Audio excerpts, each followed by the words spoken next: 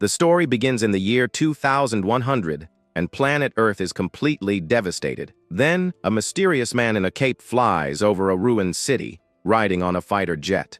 With a determined look, he reveals that he's finally found the person he was looking for. So, without wasting any time, the white-haired young man leaps from the high-speed jet. Meanwhile, down on a destroyed street, a young man is running for his life. He screams for help while trying to escape from something terrible. Crying in terror, the boy asks if there's anyone there to help him. Just then, a giant, scary monster appears right behind him, and to make matters worse, another bizarre creature shows up in front of him. The young man falls to the ground, completely surrounded, and begs for help. In a final act of desperation, he screams for anyone who can save him. At that moment, the young man looks at a broken photo of his family, surrounded by the beasts. He wishes that those responsible for turning the world into this would be punished and pay for everything they did to humanity. But just as he was about to be overcome, a light descends from the heavens. The attack hits the monsters, and the white-haired young man appears to save him. The mysterious hero then apologizes for taking so long to arrive. Confused and scared, the boy asks who his savior is. The white-haired man just looks at him with a serious and confident gaze. The young man cries with relief and asks if they can finally have their world back. The hero nods and hugs the young survivor, but the young man was already hurt, so the savior tells him to rest now. With his last bit of strength, the boy thanks the hero with a smile. After offering one last thank you, the young man falls to the ground, unmoving. The white-haired man stands in silence, watching over the boy's body. At that moment, another man in a lab coat appears and asks if he arrived too late. His companion explains that he was the last survivor in the area and asks Jin to face the truth. The protagonist then looks at his friend with a gaze full of anger. The scientist declares that humanity has reached its end. Then, an explanation begins, and it's revealed that monsters were born from pollution. These mutant creatures are known as the Corruptors. They possess incredible regeneration powers and would attack humans. Not even humanity's strongest weapons could defeat them. But people didn't give up and conducted experiments to fight back. The man in the lab coat asks what the point is if there's no one left to save. With the last survivor on the ground, he laments that they arrived too late. The protagonist then says there is still something worth saving. Kagura asks if he still believes there are survivors, and Jin says no. With a confident smile, the hero says he's thinking about the future. He then asks if the nanomachines his friend created can heal the environment. These nanomachines won't just nullify the incredible regeneration of all those terrifying monsters. They will also begin the process of a total recovery for our entire tired planet. With that, the world will one day regain its former beauty, and the young man smiles at this hopeful idea. He believes a new civilization will grow and prosper, just as humanity did in the distant past. But the scientist with glasses thinks this crazy plan sounds more like an impossible fairy tale. Even so, the doctor accepts the challenge and watches his friend walk away down the dark corridor. The protagonist knows that even a small chance of success is enough for him to move forward. Soon, we see a secret, high-tech facility hidden deep underground for the great experiment. Then, the white-haired warrior enters a green light capsule while his colleague prepares everything. At this moment, the researcher looks at the container and wonders if this will really save the future. With the device properly activated, the system announces that the hero's deep sleep has now begun. The time starts counting from 0, while the beasts still dominate the entire dark and lifeless coast. 5 and then 20 years pass, and the giant creatures continue to roam freely across the dry land. After 153 years, the planet still looks like a very polluted, red ball in space. When the counter reaches 974, the mutants are still hunting in the deserted streets. Over 1,300 years later, the toxic fog finally begins to clear near the calm beaches. Reaching 8,400 years, Earth returns to its bright blue color as seen from space. With more than 30,000 years of waiting, new types of mutant beings appear in the middle of the wilderness. At this point, the time reaches 84,000 years, and green forests cover the ancient human ruins. Finally, After thousands of years of waiting, animal life is reborn in a completely clean and beautiful world. 100 million years have passed, and with that, the system confirms the access key to begin the awakening. At that moment, we see someone running desperately through that ancient technological facility. Out of breath, a small girl with animal-like ears runs while trying to escape from something dangerous. With that, a group of children flees from a shadowy monster that's right behind them. The young girl then wonders if the savior is really there, and her friend confirms it with certainty. But she knows that if she doesn't find anyone there, they will all be lost forever. Clutching her necklace tightly, the little girl shows she's very nervous about the whole situation. Silently, the girl prays for the guardian god to appear and save her friends' lives. Just then, the trio arrives in front of a giant door and believes the protector is on the other side. But upon opening the entrance with great effort, the youngsters are surprised by what they find inside. Looking around, they realize the place seems to be a dead end, and they lose hope. With a sad look, the girl remains silent as she realizes the plan may have failed. In that instant, the shadow beast catches up to the children, and they all freeze in pure terror. It extends its claw to attack, but the young girl pleads for help in a final, desperate scream. Crying hard, the little girl calls out for the guardian god as she closes her eyes, expecting the worst. Suddenly, the capsule's glass begins to crack, and a powerful energy leaks from inside the container. With a burst of light, the hero awakens and launches an attack that hits the monster head on. Surprised, the children watch as the savior says that believing in that chance was always worth it. Then the white-haired warrior steps onto the wet floor, finally emerging from his long slumber. With his eyes glowing, he states that he always trusted in the possibilities of humanity's future. With that, the hero notices that the supply box his friend created worked very well. At this, he opens the compartment and finds his clothes stored exactly as they were before. The young man then looks at the monitors and realizes that 100 million years have passed since he went to sleep. At that moment, he sees that a lot of data is gone, but is surprised that the shelter is still intact. He finds a tech injector and concludes that the tiny machines helped with the preservation. But now, the protagonist holds a message cube and wants to understand what happened to the planet. Turning to the beast children, the man says he wants to hear their story as they hide. At this, the little ones are shocked to learn that the warrior was without his clothes for all that time. But soon, the savior starts getting dressed to finally leave that ancient underground base. Adjusting his gloves and his long coat, the hero feels that this look is perfect for him. Then, the enormous metal doors open slowly, revealing the bright light from outside. Accompanied by the youngsters, the white-haired man steps out of the hideout, shielding his eyes from the sun. With a curious look, the protagonist observes the new scenery that stretches out before his eyes. Before him appears a green paradise, and the man reflects on how much Earth has changed in 100 million years. He realizes the place is unrecognizable, while the girl calls him Protector God again. At that moment, the little girl asks him to follow her as she runs happily through the open field. Watching the little ones closely, the hero becomes thoughtful about the origin of these new living beings. He wonders if they are real humans, since humanity was supposed to have been gone for ages. Perhaps they are creatures that evolved to look like people during all this time of waiting. Jin concludes that the nanomachines influenced their speech and realizes he hasn't introduced himself yet. The hero introduces himself as Shido Jin, and the little girl says her name is Hakama Phil. Next, the chubby boy calls himself Dampu, while the cat boy says he is Shandy. With that, the young man asks what he should do, and the girl explains that they are arriving at their destination.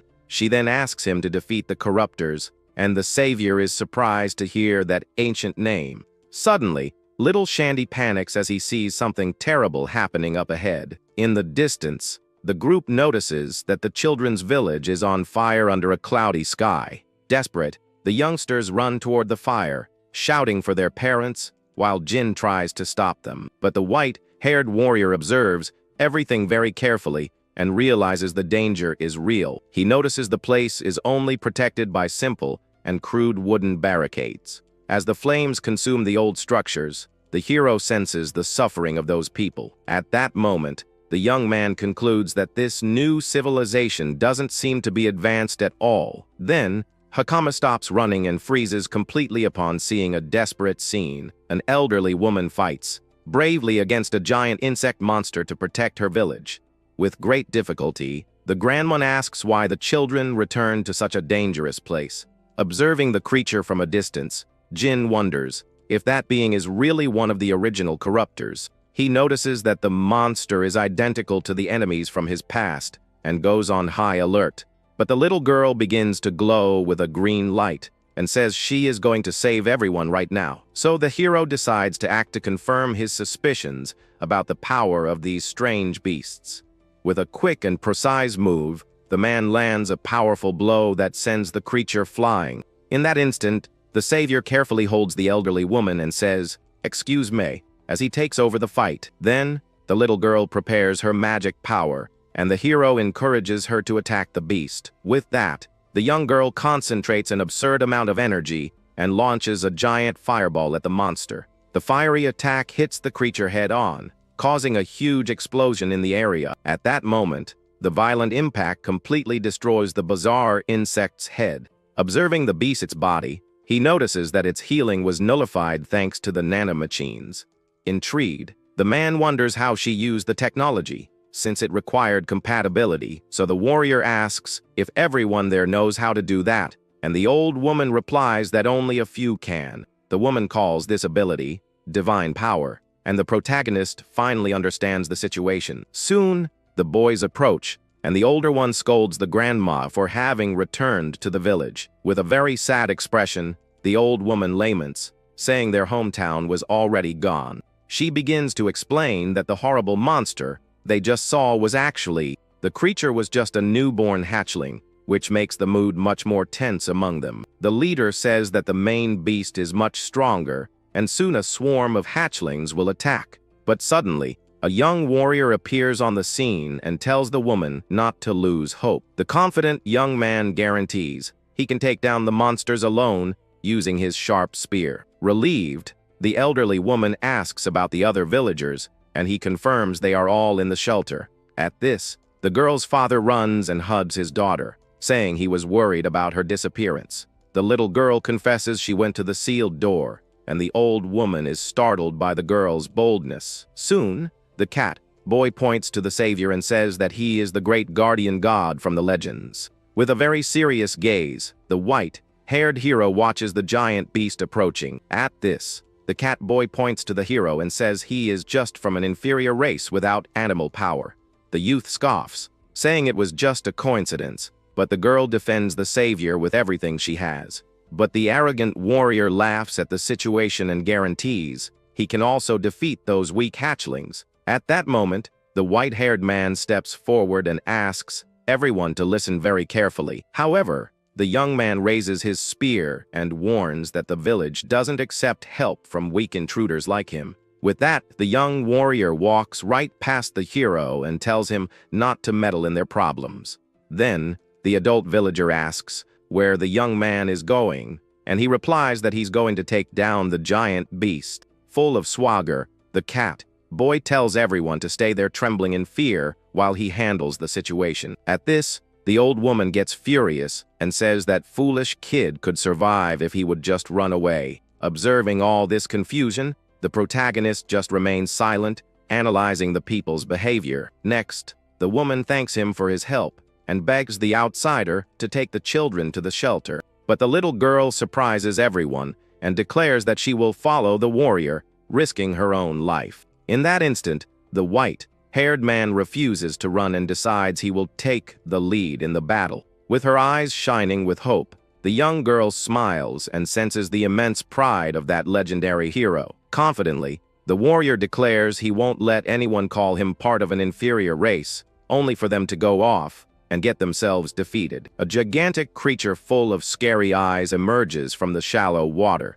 With that, we see the young warrior's fists clench with determination. So, the feline boy takes a step forward and gets the terrible beast's attention. At that moment, he creates lightning around his body, claiming to be the great protector of this place. The cocky one points his shiny weapon at the creature, promising to finish off the intruder. Without wasting any time, the boy leaps high into the air, charging straight for his opponent, but the abomination just stares at him as a strange goo drips from its body. Suddenly, several other pieces of the monster start to come out of the muddy water. Just then, the giant shadow reveals that two smaller offspring have also joined the fight. With agility, the warrior spins his spear, creating an electric shield against the beasts. Soon, he prepares for a powerful attack, wanting to settle everything in a single blow. Then, the boy launches a devastating energy beam straight at the large target. The electric shock hits the creature's face head-on,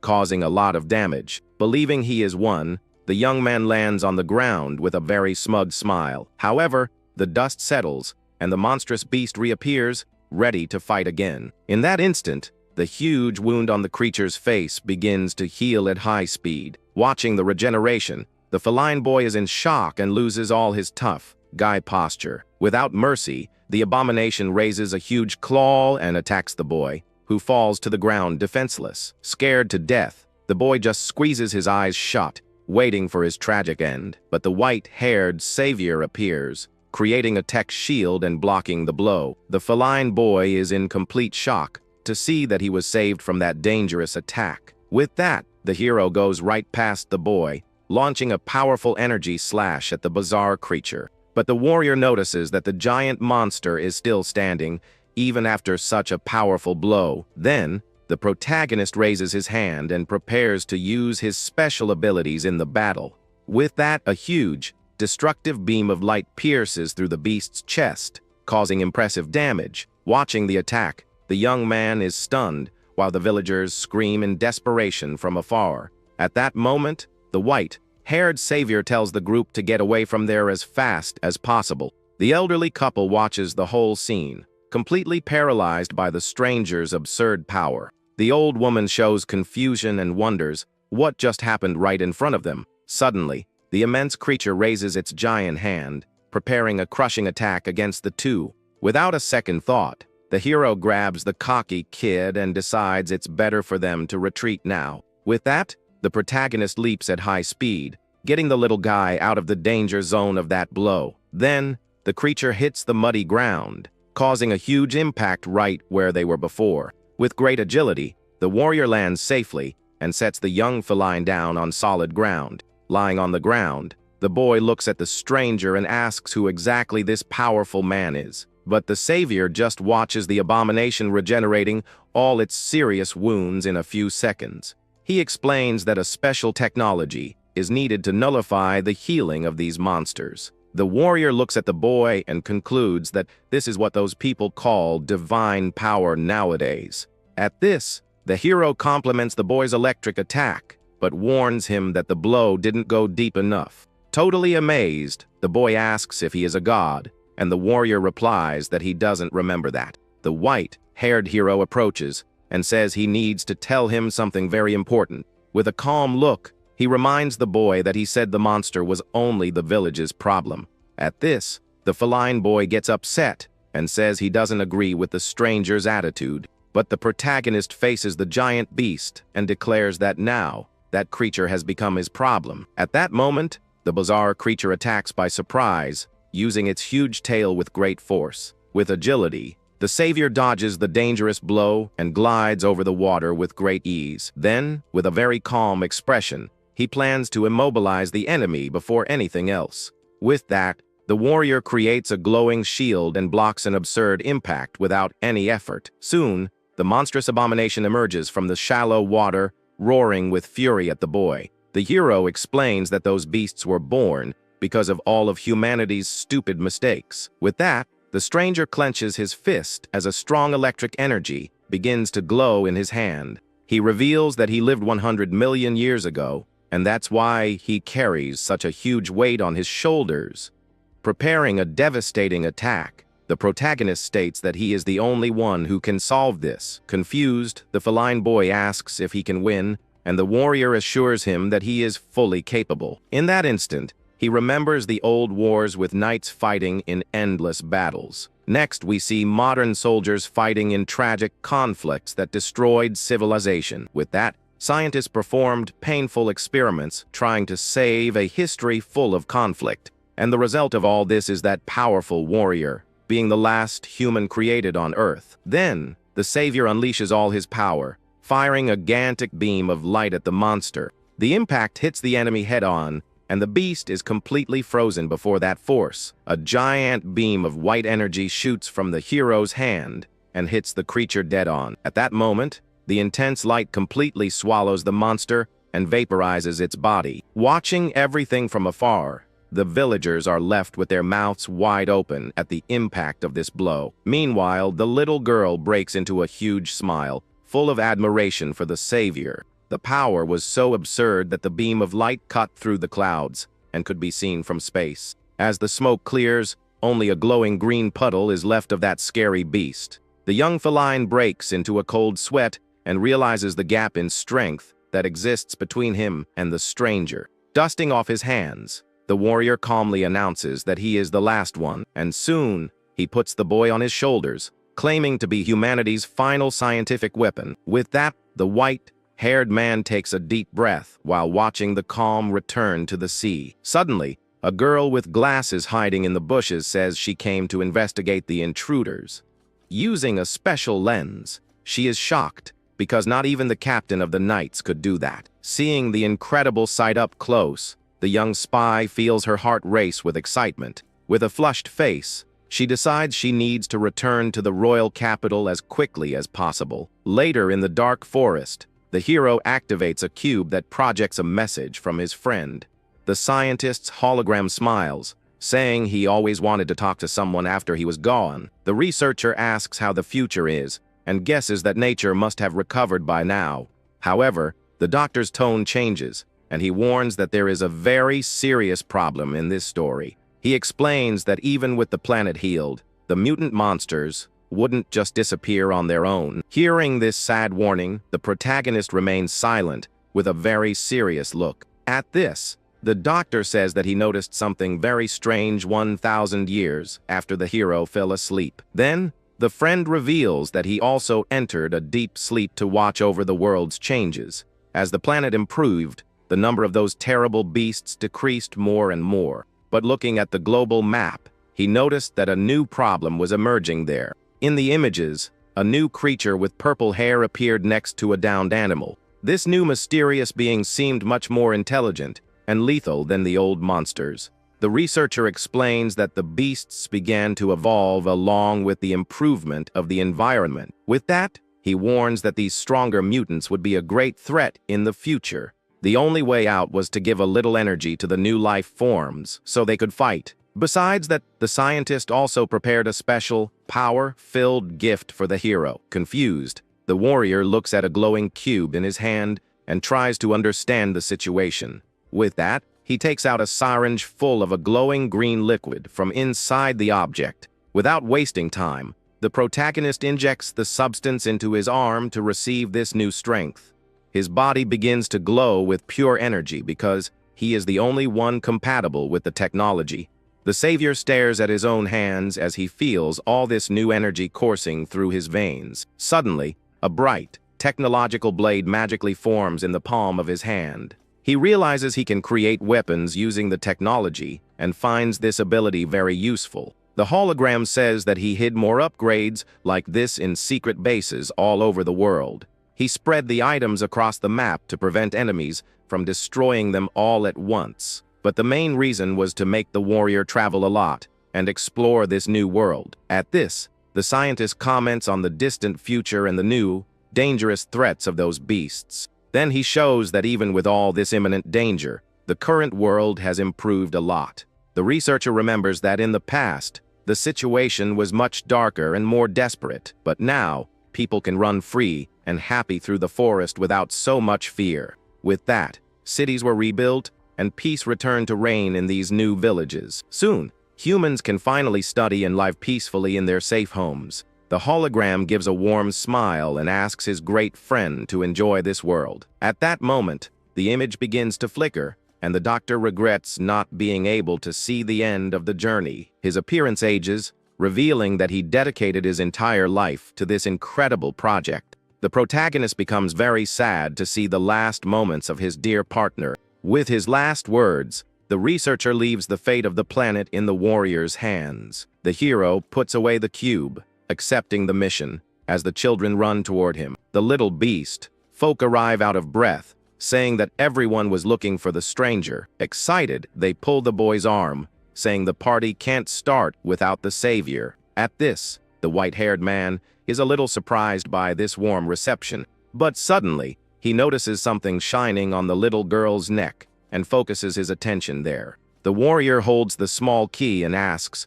where the girl got that pendant. She explains that it's a treasure passed down from generation to generation by her ancient clan. The young girl says the item was meant to summon the protector god in times of great danger.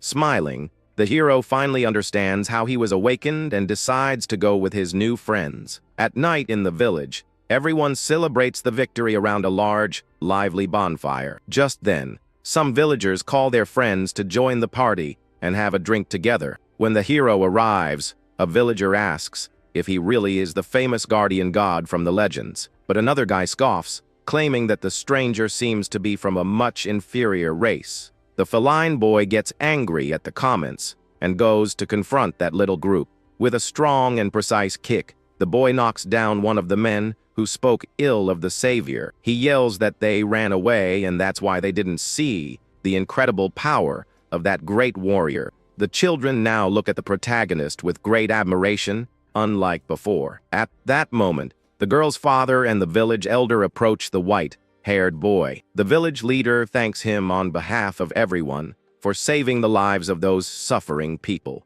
The man says the place would have been destroyed, and that's why they want to repay this great debt. With a calm smile, the warrior tells them both not to worry about such things. However, since they insist so much, the savior asks for information instead of material goods. He wants to know about the current state of the world, and this leaves the village leader very confused. The old woman then advises the hero to go to the royal capital to get what he's looking for. She explains that the city is where King Cormosia lives, who rules over that entire huge country. The villagers usually go there to sell their special silkworm fabrics. The journey is long, but the old woman trusts that the protector will be fine despite the dangers.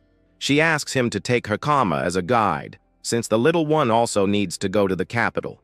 The young girl can use divine power, and there's an academy there to train that kind of magic. The new morning brings a beautiful day to the small, quiet, and calm village. The protagonist then opens the door and smiles, enjoying the fresh air of this new world. He observes the landscape and reflects that he never imagined he would see such a beautiful scene. With a sad look, he regrets that his friend Kagura isn't there to see all of this. At this, the feline boy approaches with new clothes and calls the hero the guardian god. The boy then tells the stranger to get dressed quickly because he's not wearing anything. With everything ready, the warrior and the little girl begin their long journey to the capital. The old woman gives one last piece of advice for the little one to be a good guide during the trip.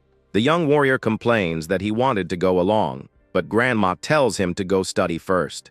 The savior turns to the boy and compliments his moves in the battle from the day before. At this, the feline boy turns bright red with embarrassment and says he'll wait for him in the capital.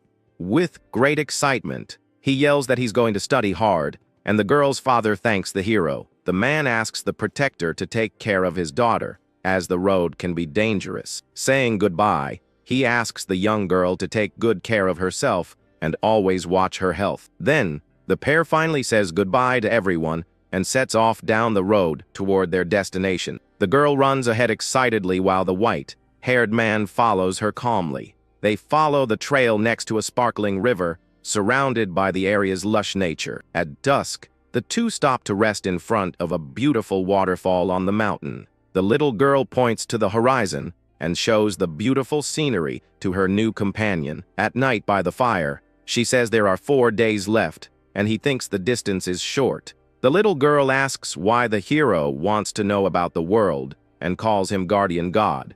With a mysterious look, the The warrior replies that it's a big secret from her. He remembers his friend Kagura said that the monsters called corruptors don't go extinct. Just then, a bizarre creature appears in his mind, and he confirms that they exist in this era. But he reflects that the creatures should only appear in completely polluted places. The hero feels a strange energy, and the girl notices he's making a scary face. With that, he apologizes and says he was just thinking about some serious problems. The boy concludes that at least there are still people free from the rule of those monsters. He decides that the first step is to investigate how people deal with the corruptors. Then the warrior asks her to stop calling him a god and introduces himself as Jin. Suddenly, the sound of a horse at high speed breaks the silence of the dark night. The pair becomes alert, and the little girl gets scared by someone's unexpected arrival. A blond man approaches and apologizes for interrupting the two travelers' rest. Mounted on his horse, the knight asks if he can talk with the boy for a bit. The elf soldier has a serious look and shiny armor that shows his importance. Sitting calmly, the protagonist looks at the newcomer and asks who he is. The knight introduces himself as Argus Walton, the captain of the 7th Division of the Knights. Upon hearing the group's name, the hero wonders if they are the people he was looking for. At this, one of the captain's companions gets furious with the stranger's attitude. The warrior yells, telling the boy to stand up to show respect for her leader. The warrior complains about his insolence, but the captain tells her to stop right away. With a fake smile, the knight apologizes and invites the boy for a chat. The protagonist stands up and questions what the woman meant by those words. Then the soldier asks where they came from and what the pair's final destination is. At this, the little girl replies that they left Kodama village and are going to the royal capital. The irritated warrior flashes a wicked smile because she thinks she caught them in a lie. With that, she gets off her horse and prepares to attack the two travelers. The woman draws her sword and yells that there's no record of people like him in the village. The hero is surprised to learn that this country has such organized birth records. But the captain contradicts his partner and says the girl's story is true. He explains that the little girl's clothes are made of expensive and special fabrics from that region. The leader reinforces that the story makes sense, leaving his companion embarrassed. However, the knight's tone changes, and he grips the hilt of his sword tightly. Pointing the blade at the hero, he states that the white-haired man is different. The captain says the boy's clothes are strange and questions their origin. He reveals that bandits use children to rob cargo on that dangerous road. With that, the soldier accuses the pair of being criminals pretending to be harmless. The girl yells that they aren't bandits, but the knight says he will be the judge of that. Full of anger and fear, the little girl prepares to fight against that armed group. Then, a green electric power begins to glow in the young warrior's hands. With a cold and calculating look, the captain observes the energy coming from the girl. Then he warns the young girl not to do anything foolish with her electric powers. The other knight is stunned to see the little girl's divine power and notices her potential. Meanwhile, the hero faces the holy knights with a calm expression. The group's leader holds up a shining crystal and acknowledges that they are quite strong. At this, he points the sword at the boy and demands an answer about his origin. The knight threatens to finish the stranger right there if the answer doesn't please him. With impressive calm, the protagonist stares at the blade near his face. Without showing any fear, he takes a deep breath and says he also came from Kodama village. The brown-haired warrior is completely confused by that unexpected answer. The captain understands the situation and sheathes his sword, surprising his partner. He turns to the little girl and asks if she is lying about her story. The little one confirms everything and questions if Jin is the village's famous guardian god. With a thoughtful look, the soldier processes the information about the protector god. The knight asks if they're done, and the hero confirms the matter is settled. With that, he gets on his horse and apologizes for the rudeness, leaving his colleague in shock. The captain says they will meet again, because they are also going to the capital. He offers future help to settle a debt, and his partner yells at the leader. The knight announces that he is leaving, and the warrior can't believe the scene. The white-haired protagonist watches the group ride away with a faint smile. Riding away, The warrior furiously questions why the captain backed down. At this, she insists that the stranger was very suspicious and calls him an inferior race. The captain then reflects on the term, inferior race, with a very serious look. With a strange smile, he questions who the real inferior one is, leaving the woman confused. The other knight agrees with the leader, and the brown-haired warrior is shocked. With a calm look, she asks if her companion really didn't notice the situation. Then she reveals the huge power difference that exists between them and that man. At that moment, the captain reveals that he tried to attack the boy at least 3 times. The scene shows the knight pointing his sword at the white-haired warrior. His hand was shaking badly as he tried to use his special power against the target, but the protagonist's hand was glowing and blocking the attack without any effort. He explains that he was completely neutralized before he could even do anything. His partner asks if he used his divine power, and the captain confirms the attempt. Shocked, the warrior realizes that the leader's power wasn't even activated. The leader explains that he attacked the man the same way as the girl, but the spirits ignored him. The green-haired knight reveals that the same thing happened to her, leaving the other one confused. This means there is a gulf of divine power between them and that stranger. He concludes that only the great captain of the Holy Knights could achieve such a feat. The brown-haired knight gets even more irritated upon hearing this comparison. Angrily, she admits that she hadn't noticed anything about that situation at all. The captain says the boy was an anomaly, and she didn't notice because she's a rookie. Riding on, he confirms that the stranger probably defeated the monster from the village. The warrior insists that he's dangerous, but the leader says he'll keep an eye on the boy. With that, the other knight remembers they need to get back to the royal capital soon. Thoughtfully, the captain reflects on this so-called guardian god and his enormous raw strength. While looking at the castle, he imagines the possibility of having that man as an ally. He concludes that such great power would be very useful for the country's problems. The next day, the hero comments to the little girl that he met some interesting people yesterday.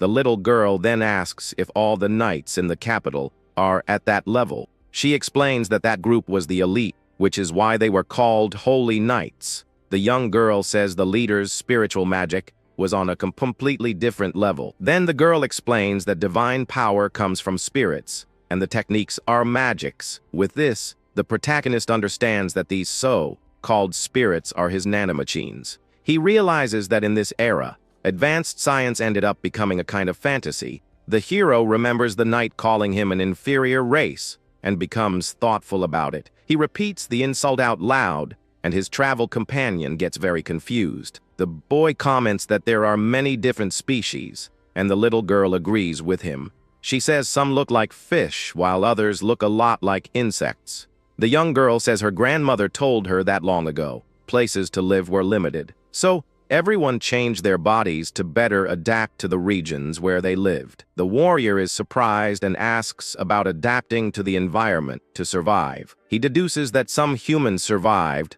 and evolved over millions of years. Then he asks if those who didn't change are the inferior species, and the young girl confirms it. She explains that those who didn't adapt are seen as weak and are therefore mistreated. The little girl reveals that many end up being sold, and the hero is shocked by the news. But the girl finds it strange to mistreat someone just because they are a little different. With that, the boy concludes that everyone in this world is completely nuts. At this, he smiles and compliments the girl for being a good person, and she seems a bit confused. Suddenly, the sound of gigantic footsteps gets their attention during their walk. A young blue-haired girl appears out of nowhere and desperately asks the pair for help. Running very fast, the stranger stumbles and falls hard on the dirt ground. The hero's companion runs to help the fallen girl and asks if she's okay. Watching the scene, the protagonist stares at the girl passed out on the ground. The blue-haired girl is breathing with difficulty and seems to be badly hurt, but the warrior notices that her ears are different and look like an elf's. Lying on the ground, the young woman is covered in scratches and dust all over her body. The hero analyzes her injuries and realizes the girl's situation is quite serious. The little girl places the woman's head on her lap and tries to wake her up with great concern. At this, The savior says he's going to heal the young woman and creates a bright blue light in his hand. Suddenly, the injured girl opens her eyes and stares at the boy with great surprise. In a very quick move, the girl puts a knife to her helper's neck. Completely surprised, the boy freezes in place and orders her not to move. The young woman threatens to take out the hostage if he tries to make any suspicious moves. The hero remains silent for a moment, trying to analyze what is happening. Just then, the wind begins to blow the leaves as the mood becomes increasingly tense. The protagonist takes a deep breath and warns the girl that she's making a big mistake. With an intimidating look, he states that her friends are already very close to where they are. The girl is terrified and doesn't understand how he discovered her plan. The stranger explains that this kind of power wasn't made to be used on people. But before the girl could answer, the hostage starts to charge up her special power.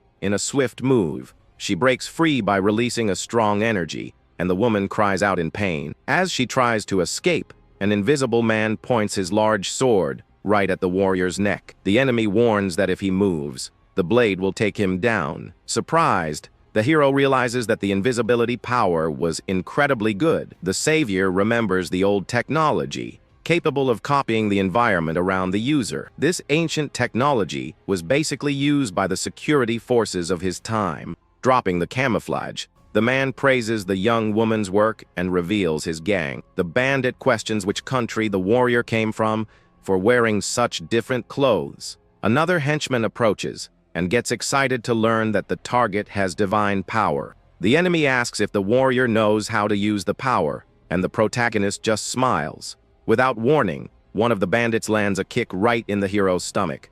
The huge henchman yells at him not to get cocky and calls him an inferior race. Then the group's boss warns not to damage the goods, as he isn't worth much. One of the men wonders if the boy has divine power, and the other highly doubts it.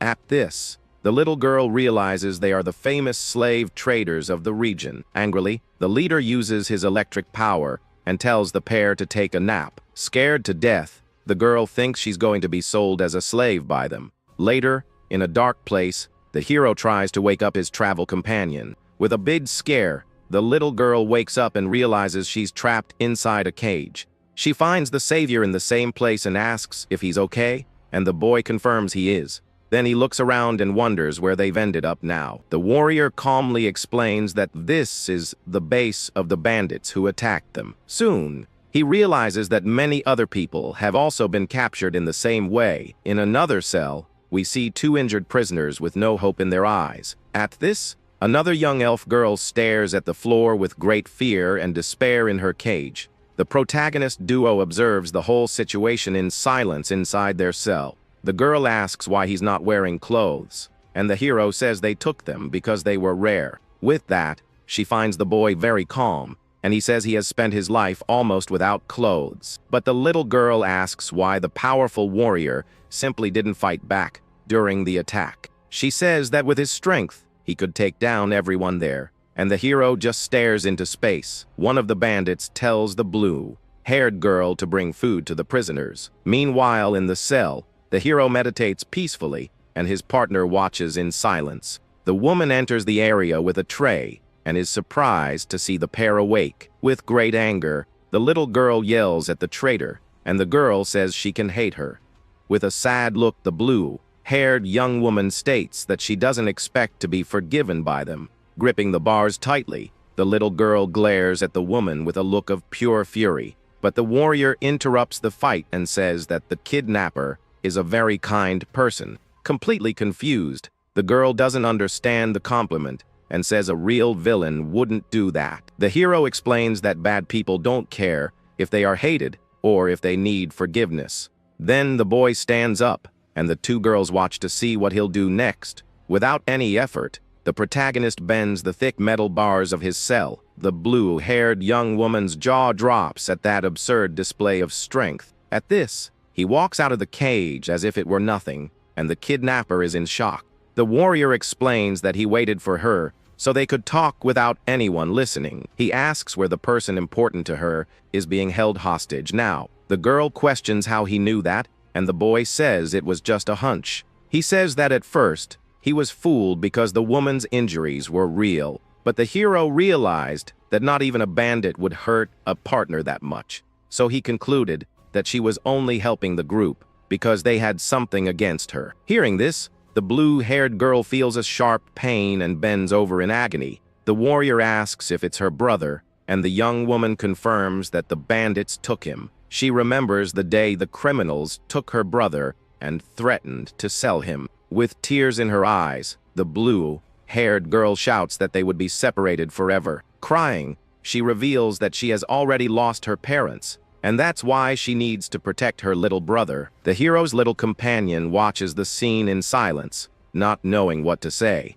With a look full of fury, the protagonist calls those bandits the worst of the worst. His partner asks if he let himself be captured to save the woman, and the boy confirms it. He explains that villains are as stubborn as oil stains, and the girl is confused. The hero says that if one of them escapes, it will just cause more problems somewhere else. So he concludes that if you're going to finish them, you have to go all out. Without a second thought, the warrior punches the door and throws it with full force. The door flies and hits the guard head on as the protagonist leaves the prison. With a dark aura, he states that he will wipe out all the bandits, root and stem. At this, a memory from 100 million years ago appears in a futuristic city. We see the neon lights and flying cars of the ancient and advanced civilization. A black-haired, blue-eyed boy appears with his face all bruised. Back then, he watched news on TV about heroes who fought for justice. The boy dreamed of being like them, and that's why he walked alone through the city streets.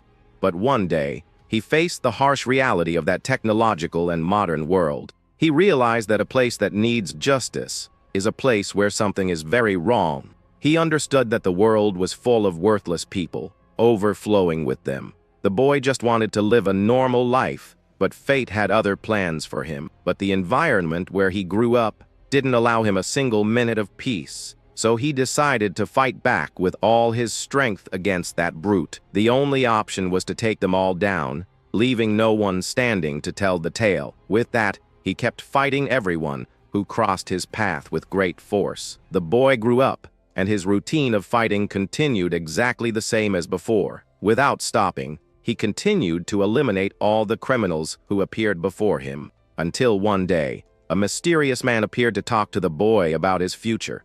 The young fighter listened intently to what that researcher had to say. The scientist said he was born in the wrong world and extended his hand to the boy. Back in the present, the hero drags one of the henchmen across the floor without any effort.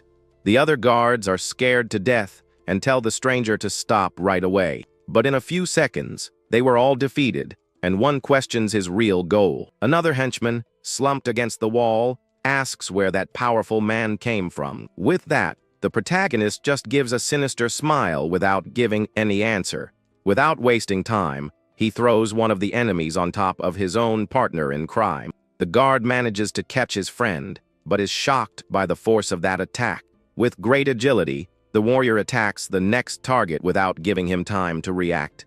At this, the bandit is paralyzed with fear while holding the body of his unconscious partner. The last bandit standing asks who the heck that guy is, and the hero just stares at him. Annoyed, the guard tries to fight back, but doesn't stand a chance against the warrior's strength. Suddenly, a scream of panic startles all the other prisoners in that place. The blue-haired girl recognizes the scream and turns around. Frightened by the situation, she asks who the warrior's partner is, and the girl replies that he is the guardian god. The hero's little companion confidently tells everyone to leave the fight to Jin. She guides the other prisoners out of the cell, and the other girl asks if they will be saved. The blue-haired young woman worries, because she knows the leader of the bandits is very strong.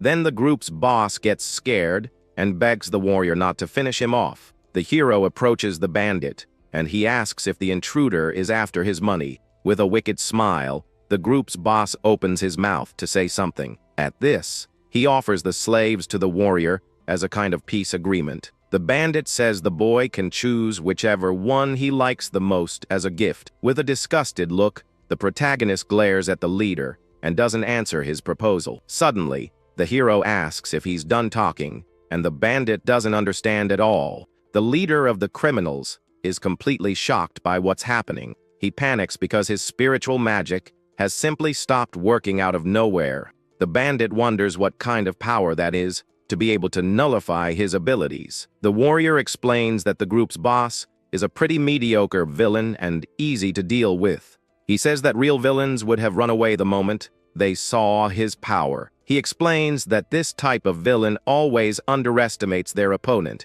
and thinks they can win. And when they're about to lose, they beg for their lives in great fear. The group's boss gets desperate and decides he needs to escape from there as fast as possible. He runs to a lever on the wall and yells that the fight isn't over yet. With a wicked smile, the bandit activates the mechanism and opens a secret door. From inside the dark room, a giant, purple monster appears with a threatening look. The protagonist faces the creature, and the boss says that this is a special invader. With a strong kick, the monster breaks the gate and frees itself from its cage in a rage. The group's boss says that if flattery didn't work, he has no other choice. With great confidence, he yells that the monster will finish off the warrior in seconds. The creature attacks the boy with a powerful punch, and the bandit breaks into a victorious smile. But the hero just faces the attack and prepares to strike back with the same force. He catches the beast's fist with one hand and stops the blow without any effort.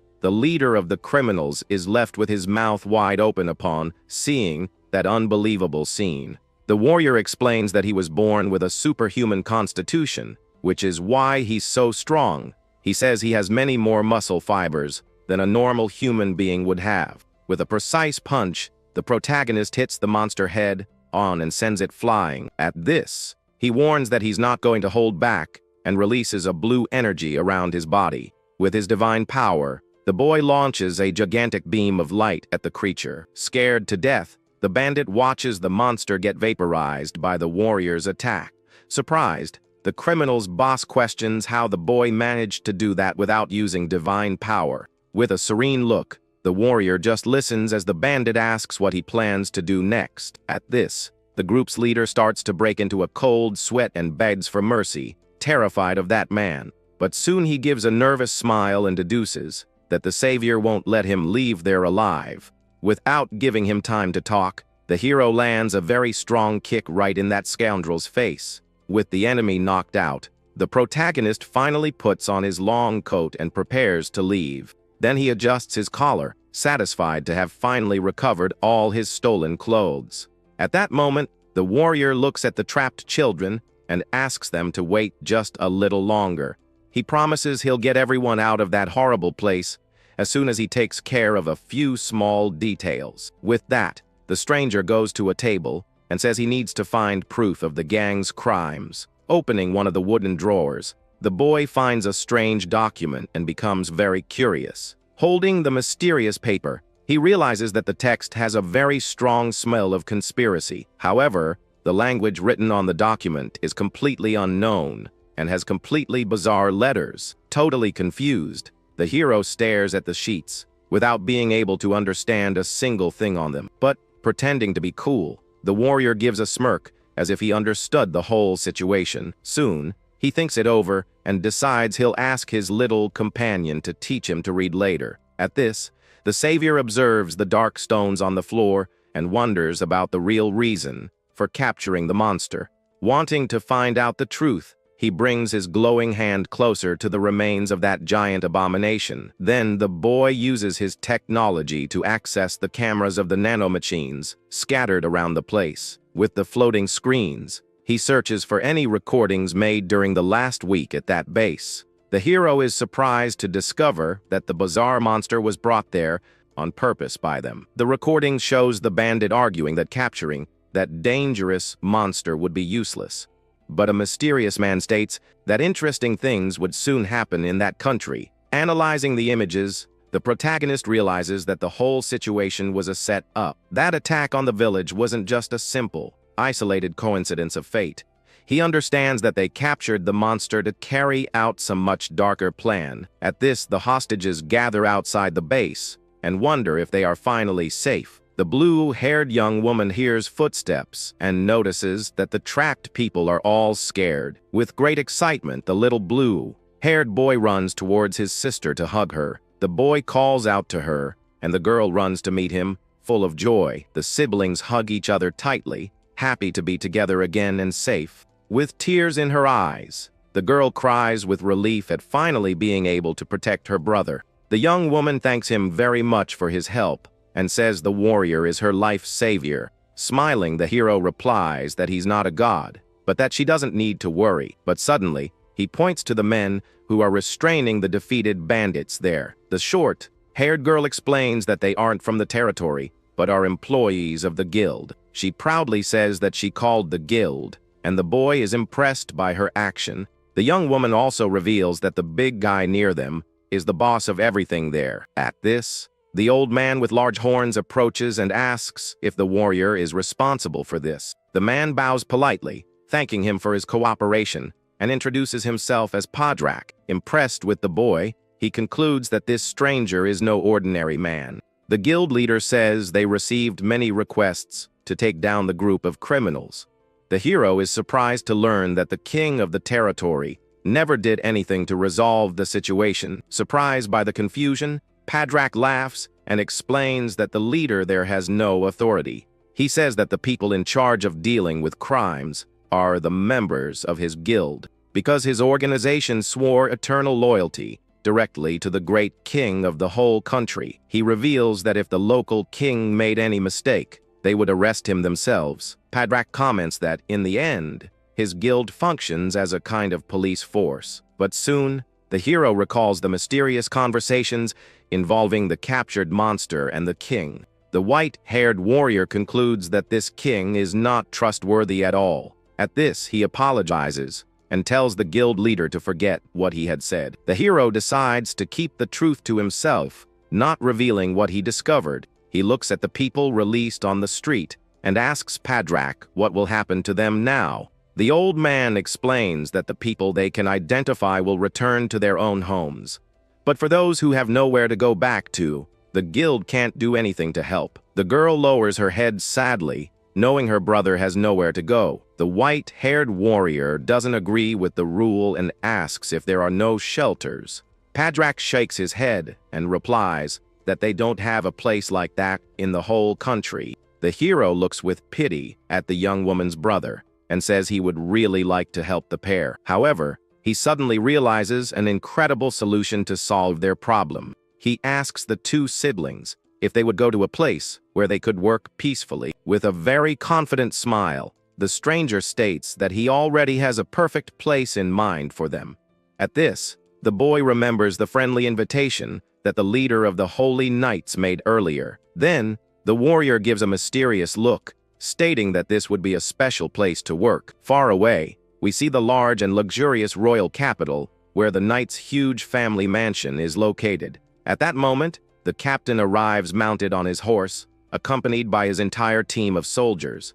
With agility, the leader dismounts his horse, finally ending that long patrol mission. Soon, he praises the good work of all his subordinates and tells the entire group to go rest. Suddenly, the blonde man feels a strange chill, and his green-haired partner notices his confusion. With concern, the warrior asks if something is wrong, but he plays it off, saying it was just a chill. Not paying it much mind, the soldier enters his enormous mansion, being greeted by the staff. With that, several maids with animal ears bow, welcoming their master. As he walks through the luxurious hall, the captain asks the head butler if there's any news, but the man in the suit starts to sweat, showing he's very nervous about the whole situation. Noticing the tense atmosphere, the blonde man stops walking and questions what exactly happened in his absence. Then the employee apologizes for bothering the tired leader, and the knight quickly reassures him. At this, the butler gets very close to his boss's ear and begins to whisper the big secret. Meanwhile, a very elegant blonde woman watches the whole conversation, hidden on the staircase. With a serious look and crossed arms, she just stares at the two in silence from the upper floor. Satisfied with the news, the soldier thanks him for the report, and the man states that it's just his duty. With his hand on his head, the captain realizes the situation is much worse than he imagined. He discovers that monsters have appeared in the capital and wonders where they came from. With a furious look, he he deduces that someone must have let the creatures in on purpose. At this, the most suspicious place is Harness Academy, as access there is very restricted. But the soldier decides he needs a strong ally, and just then, the hero's group finally arrives. 3 days after defeating the bandits, the group continues their journey toward the capital. The blue-haired young woman asks if she'll really find a job, and Jin tells her not to worry. With a smile, he assures her she'll find something since she knows how to read, write, and do math. Much more cheerful, the girl fills with confidence and thanks her savior for the support. Suddenly, the hero's little companion points to the horizon and announces they've arrived. At that, the white-haired young man looks up, surprised by the view he's found. The group then observes the gigantic walled city, and Jin is impressed by its size. Inside the capital, the place is very busy and full of medieval-style houses. The warrior comments that the city is full of life, while the kids look at everything around them. The girl explains that the place thrives on imports, which is why everything ends up there. She says that even the people from her village sell their products there, and the hero remembers that detail. With that, the young man finds it all very fascinating as he sees people with insect wings in the crowd. A woman comments on the melting pot of races and cultures, showing how the place has evolved. In the shops, we see products from all over, and the streets seem to be very clean and organized. The children play freely, and the hero notices that law and order work very well there. But right after, the protagonist's demeanor changes to a much more serious expression. He remembers that behind the peace, there's still the dark side of forced servitude.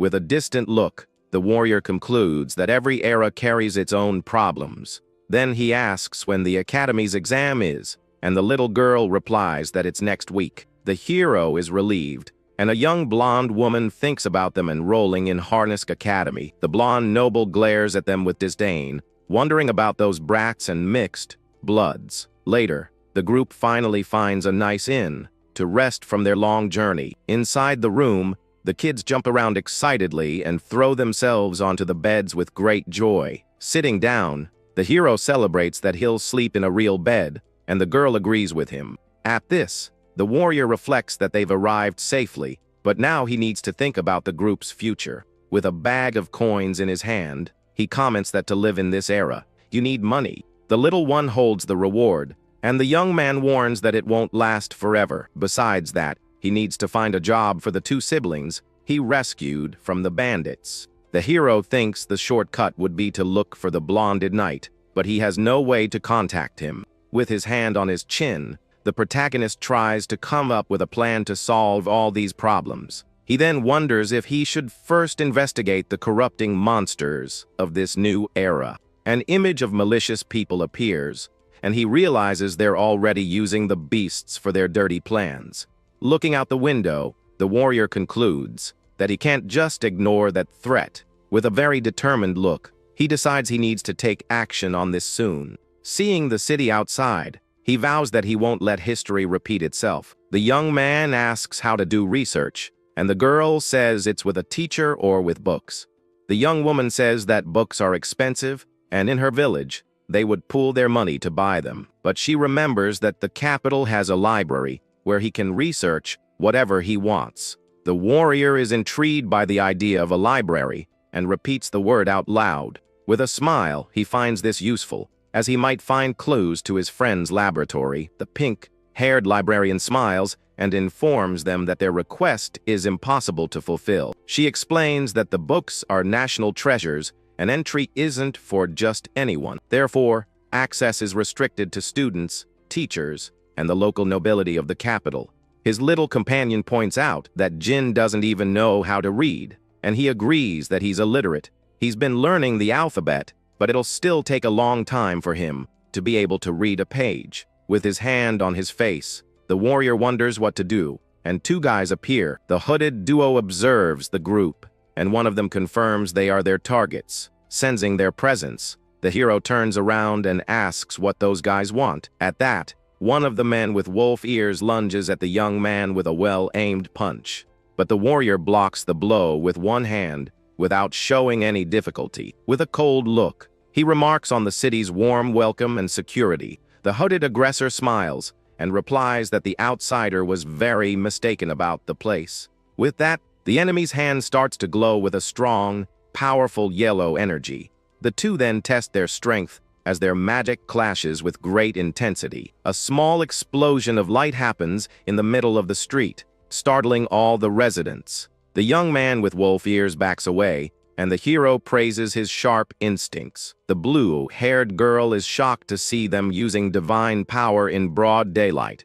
The protagonist asks what they want, and the aggressor says that someone doesn't like him. Then the outsider understands that this is all a hired attack by an enemy. With a smirk, the hero finds the situation perfect for his future plans. The thug tells the hero to get out of the city, and Jin replies that he only worries about real danger. Annoyed by the response, the wolf-eared young man attacks again with everything he's got. But without any difficulty, the protagonist catches his opponent's fist in mid-air. With a quick move, the warrior twists the enemy's arm and throws him hard to the ground. At this, the red-haired partner gets furious and prepares a fireball in his hand. Then he launches the flaming attack toward the outsider, who just watches the blow. With a simple hand gesture, the hero dispels the fire magic as if it were nothing. The white-haired young man appears in front of the enemy, and he is shocked by the speed. Without giving him time to react, the savior grabs his opponent's collar forcefully. He tells the boy to come back when he's strong enough to be a real threat. With an intimidating look, the protagonist asks if the young man will have the courage to try again. Scared to death, the young man realizes the warrior isn't from an inferior race like he thought. His partner shouts that's enough, and a female warrior orders everyone to stay where they are.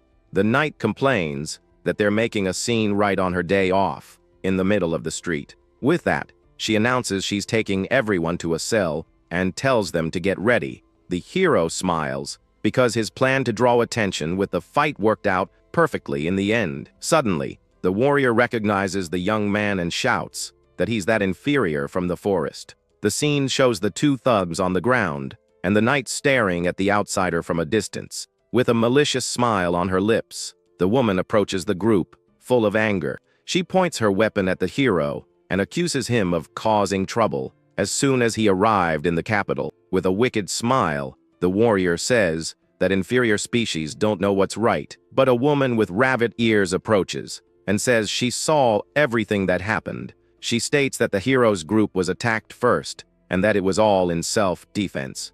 The knight is surprised by the testimony, and looks at the two men lying on the ground. At that, she recognizes the aggressors and asks if they are students from Harnisk Academy. With her hand on her head, the woman laments the situation and hopes the young lady isn't involved. The hero asks about the young lady, and she tells the young man not to worry about it right now. With a smile, the outsider comments that the Holy Knights also go on patrol. The warrior explains that the capital is large, so they help maintain public order, but she becomes thoughtful for a moment and stares attentively at the white-haired young man. She realizes the man is very strong because the academy students weren't weak. Then the knight says goodbye and warns the hero not to cause any more trouble in the capital.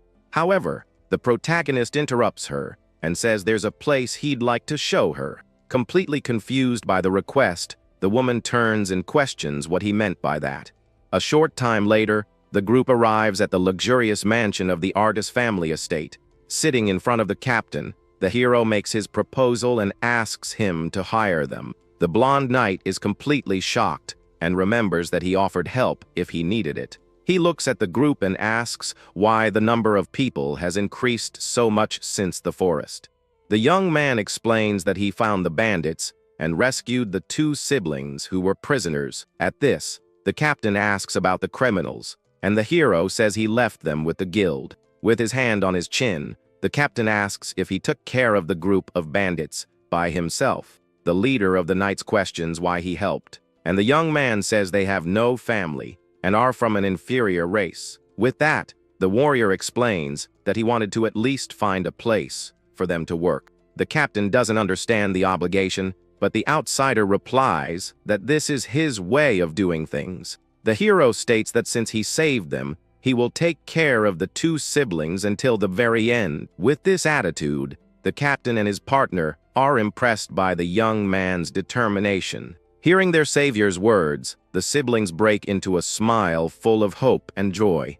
The knight agrees and offers them a job as servants in the mansion, making the young woman very excited. However, the leader of the knights warns that there is one condition for accepting their deal. Then he reveals that he wants the outsider to become an instructor, and the young man is confused. With everything settled, the siblings put on new servant clothes and look very elegant. The white-haired warrior smiles and comments that they look very good in the new clothes.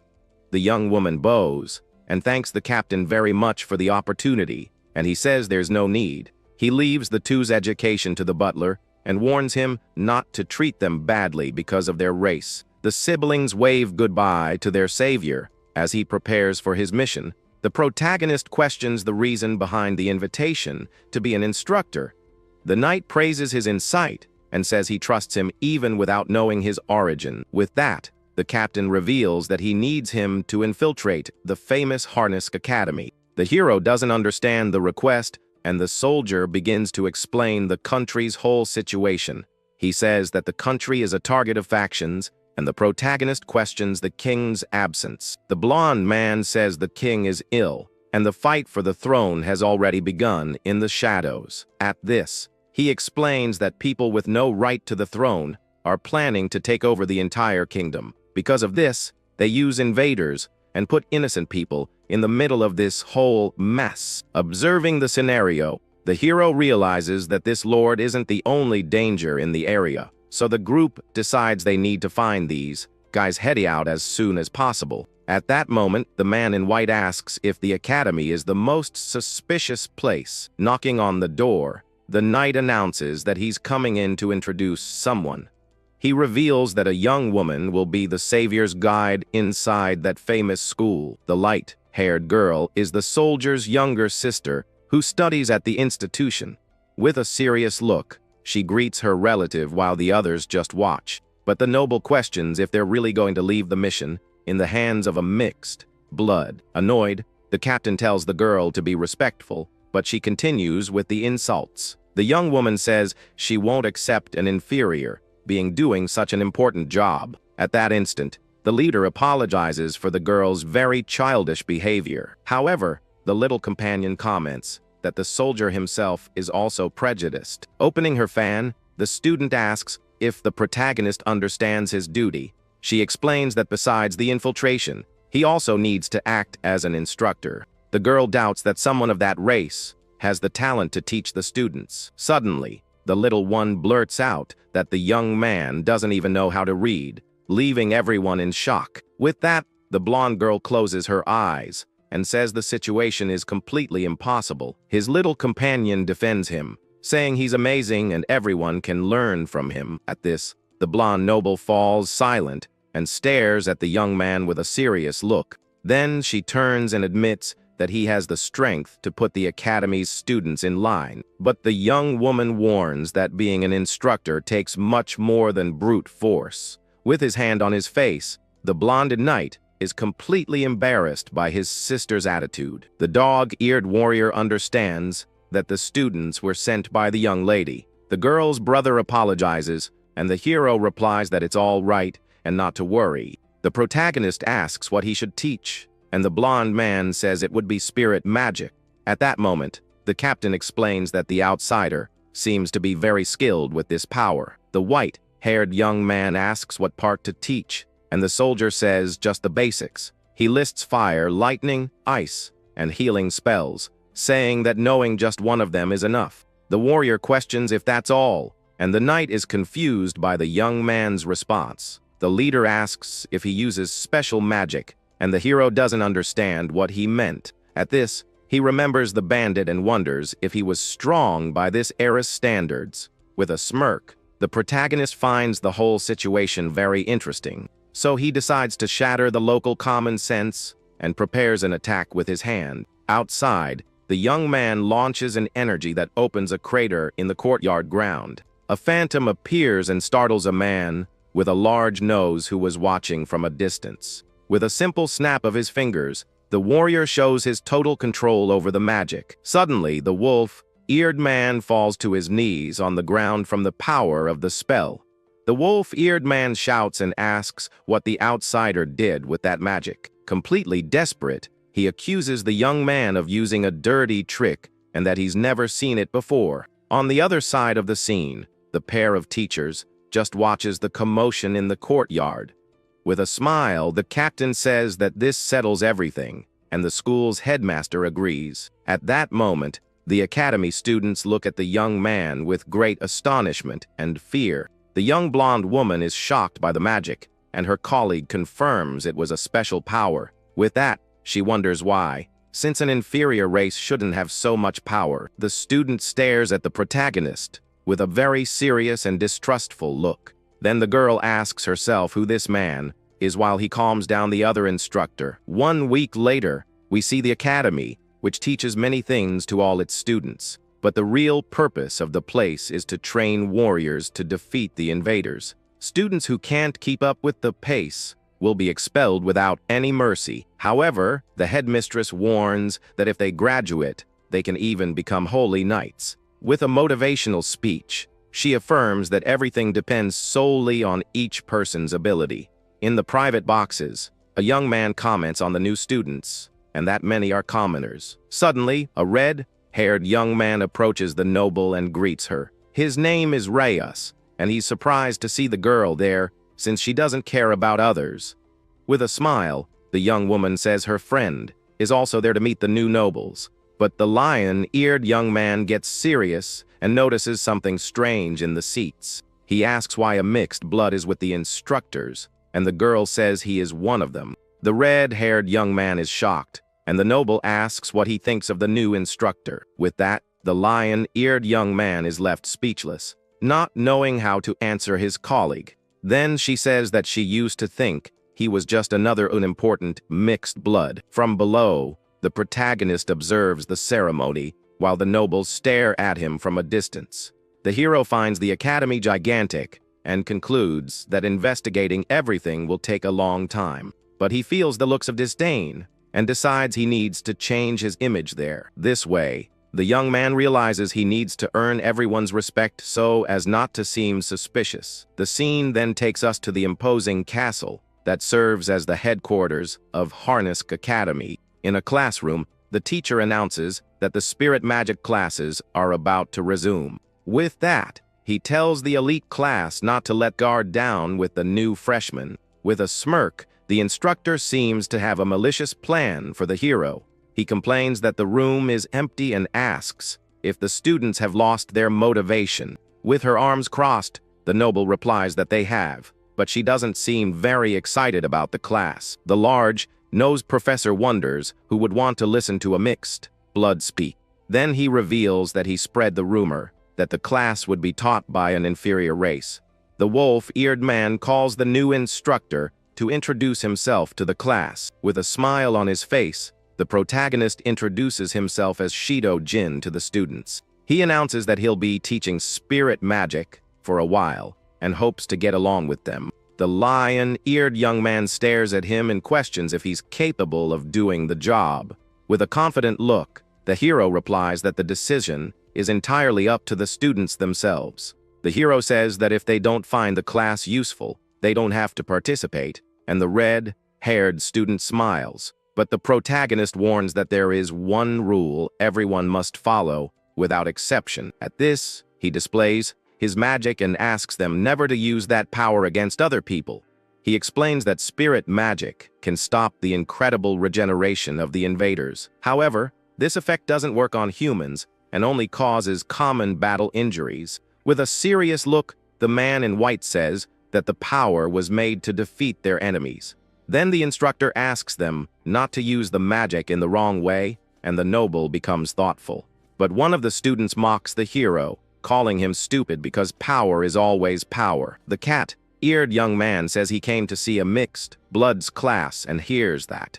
Another colleague calls him weak and says he doesn't want to be compared to the others.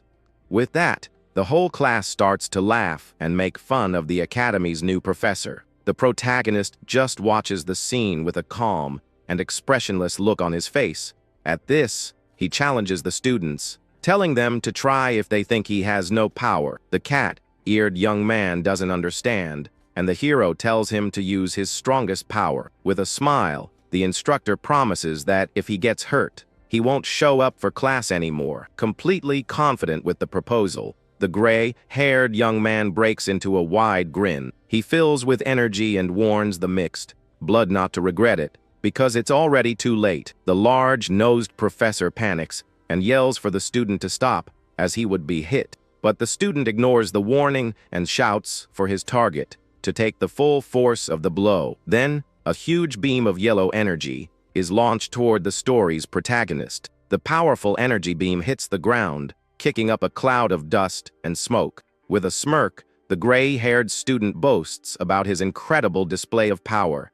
But suddenly, a sharp object made of ice flies toward the student at great speed. The attack grazes the young man's head, and he can't even see what happened properly. Completely scared, he stares at the wall and realizes the danger he was just in. With a cold look, the protagonist warns that if he had wanted to, the attack would have finished the boy off. Wrapped in a blue aura, he says that judging people by their appearance can be a fatal mistake. The red-haired young man is shocked by the scene and wonders if that was magic. With that, a colleague gets scared, and the hero remembers being called inferior for being a mixed blood. Then the instructor asks what they should call him, since he is much stronger than them. With a confident smile, he asserts himself and says that the correct answer is Professor. At that instant, the savior questions if the student knows the conditions to activate the magic. He points at the student and demands an immediate answer about his power.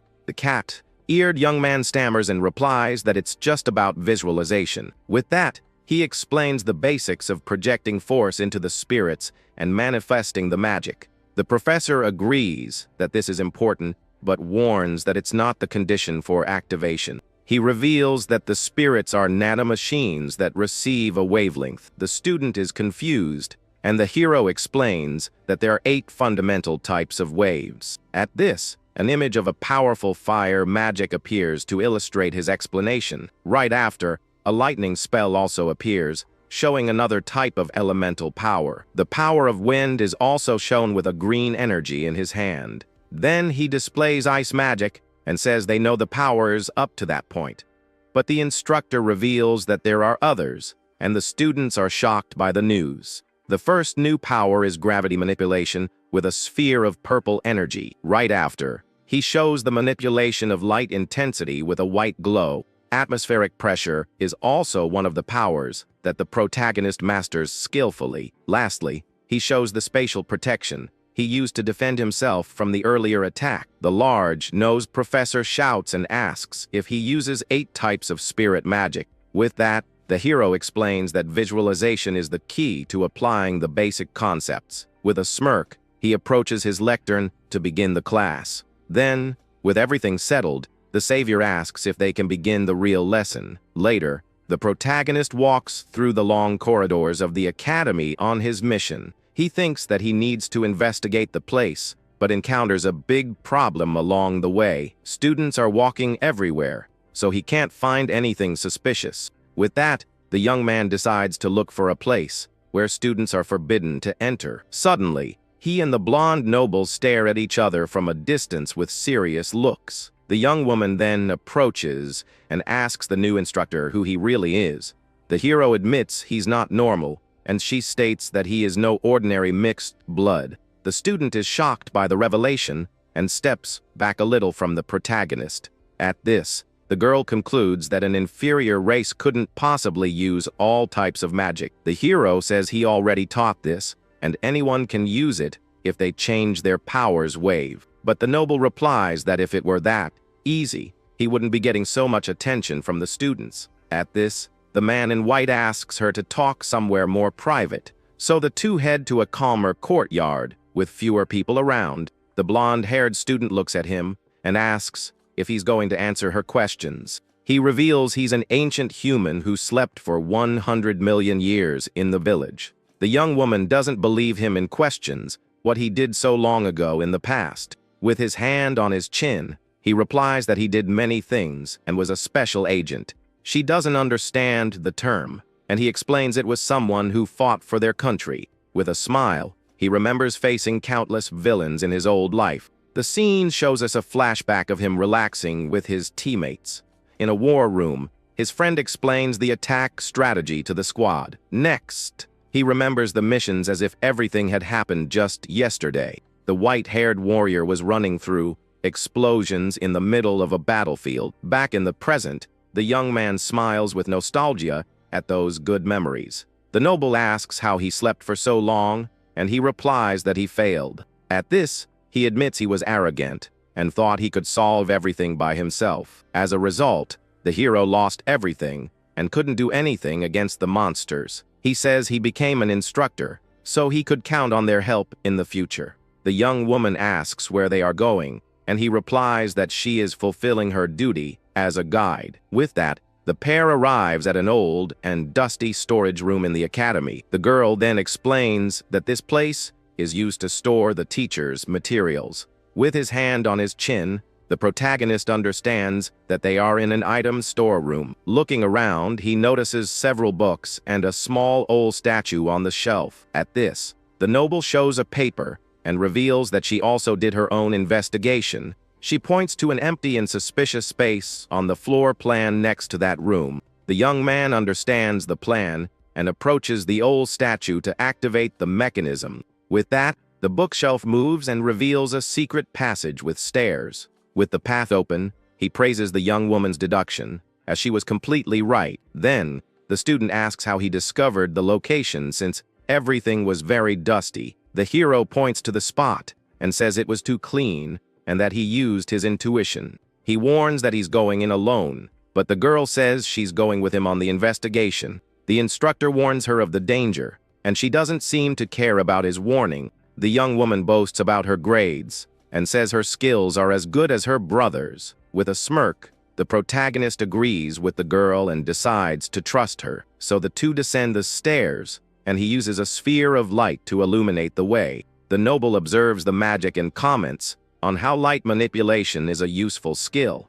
The young man says the place looks like a fantasy game, and the girl doesn't understand the term. She then questions him about what he said before regarding fighting villains. The student asks if he has any suspects, and he smiles at his guide's eagerness. With his hand on his chin, the hero agrees and says he has an idea of who the culprit might be. He then reveals that Professor Rudman might be involved, and the young woman questions the reason. The instructor explains that the man seems calm, but his mind is always somewhere else. At this, he says it's a trait of people forced to do things against their will. The noble admits she suspected Professor Gilda, but the young man dismisses that idea. He states that her emotions are easy to read and that the woman is a good person. With a smirk, the protagonist continues down the stairs with his companion. Then the pair reaches the end of the corridor, and the light illuminates a large space ahead. The student is shocked by the size of the place and never imagined this was under the school. Suddenly, the hero stops walking, and the girl asks what he found on the way. With a surprised look, he says he never thought he'd find that in a place like this. The scene reveals a huge metal door that seems to be the entrance to a laboratory. The white-haired young man confirms that it's one of the laboratories left behind by Kagura. With that, he explains that the door is protected by nanomachines, and he has no doubt about it. The young woman is shocked to see such a large door hidden underneath the academy. She asks if they can open it, and the instructor says they need an access key. The student doesn't understand, and the young man explains that it's like a normal key for unlocking it. At this, the protagonist becomes thoughtful as he tries to come up with a plan to enter the place. He remembers that the girl from the village had the key and concludes that someone here must have one too. With a determined look, the hero prepares a magic spell in his hand to solve the problem. He touches the door, and a blue light shines, confirming his access level to enter. With a loud noise, the huge metal door begins to open slowly. At this, the hero says that the person causing the chaos is the one who has the key to the place. Inside, the pair finds dozens of cages with monsters and a giant one in the center. Completely startled by the scene, the blonde-haired young woman is left speechless. She asks how he opened the door, and the young man replies that he has his advantages. The student stares at him and repeats the words, "ancient human," trying to understand everything. With her hand on her chin, she questions if he really came from 100 million years ago. The protagonist approaches one of the cages and stares at a green monster up close. Walking through the place, the warrior finds this whole situation very strange. With a serious look, he wonders why the monsters allowed themselves to be captured. The young man notices that none of the creatures even try to escape their prison. At this, he remembers that the bandits' monsters were also quiet in their cages. More importantly, he questions how they brought the beasts underneath the school. The noble concludes that her brother was right, and the academy is a suspicious place. With that, she suggests setting a trap. But the hero says that's not a good idea. He warns that the priority is to seal the place and take care of the monsters as soon as possible. The young woman is shocked by the plan and asks if they're going to let the culprit escape. The instructor says that if the monsters escape, the academy students will be the victims. Then he remembers that even her brother prioritizes people's safety above all else. The noble agrees with the plan, and the hero reveals he has a bad feeling about the place. He says his intuition never fails, and that he needs to investigate the laboratory more thoroughly. With that, he asks her to call her brother and seal the academy to avoid more trouble. The young woman agrees with the idea and runs off to call for backup from her night relative. Alone, the protagonist observes a huge clock on the wall and seems to be looking for something. He walks through the laboratory, hoping to find a clue about this whole situation. The scene focuses on the blue clock on the wall, which seems to be a very important object there. Meanwhile, at the academy, we see some teachers chatting calmly in the corridors. Two colleagues mock the large-nosed man, and he becomes furious with the malicious comments. Full of anger, the professor says his reputation has been ruined because of the new instructor. He accuses the hero of cheating and says it's impossible for someone to use 8 types of magic. With a look of hatred, the man vows to expose the outsider, and a voice calls his name. The head mistress reprimands him and asks him to stop his bizarre movements in front of everyone. The large-nosed professor is shocked by the headmistress and shouts that it's not a hobby. Then the woman asks if he's seen Professor Rudman, and the man is at a loss for words. With his hand on his chin, he replies that he hasn't seen his colleague since the school's entrance ceremony. The headmistress regrets the news, as she wanted to discuss the new student's curriculum with him. Suddenly, the woman feels something strange in the air, and her expression changes to a serious look. At this, she looks out the window and sees a dark purple energy covering the entire academy sky. At the same time, the young noble runs desperately up the stairs to complete her mission. The young woman finally reaches the top of the stairs and exits the secret passage. With her hand on her chest, she tries to catch her breath after running so much. She says she needs to warn her brother, but a voice interrupts her and questions what she's going to say. With a look of panic, the noble turns and faces the person who suddenly appeared. The student then sees Professor Rudman standing in front of her, blocking the way. With a malicious smile, the man reveals his true face, and the girl understands everything. In the laboratory, a door opens, and a red light illuminates the entire dark corridor. The hero turns around and questions what that thing is that appeared in the middle of the secret room. Inside the room, he finds a huge, pulsating brain connected to several machines. The organ glows with a red light and seems to be alive with constant pulsations. The white-haired young man approaches a panel and wonders if Kagura created that. At this, he fiddles with the computer and finds a secret compartment in the control desk. Inside the briefcase, the instructor finds a cube and an injection left by his friend. With the cube in his hand, the protagonist hopes to find a clue about the current situation. Then a hologram appears, and the image of Kagura shows up, saying he managed to get there. The scientist explains that this laboratory is the closest one to where the hero woke up. With a serious look, he reveals that they were building an incredible device there. His friend says that a part of the device's function was sealed in the nanomachines. With a genius pose, he praises himself and asks if the warrior knows what the device is. Kagura reveals that it's a teleportation device, and the hero is shocked by the news. He becomes thoughtful and wonders if that really is a device capable of teleportation. Before the hero, a gigantic creature appears, trapped behind the metal bars of that laboratory. At this, the circular object glows intensely with a red light and seems to be the core of everything. Looking around, the young man notices there are several cells containing frightening beasts in that place. At that moment, the clock on the wall starts to move in a very strange way, catching his attention. With that, he observes the details of the marker, which seems to hide some important secret from the past. Then the warrior returns to the control panel, while the machine above continues to pulse strongly. He analyzes the data on the screen and confirms that this device is used to connect 2 points. But the protagonist discovers that this technology was impossible to create millions of years ago. At that instant, the young man remembers Argus's words about the monsters attacking the royal capital. With that, the veteran concludes that the invaders are being sent through that sinister device.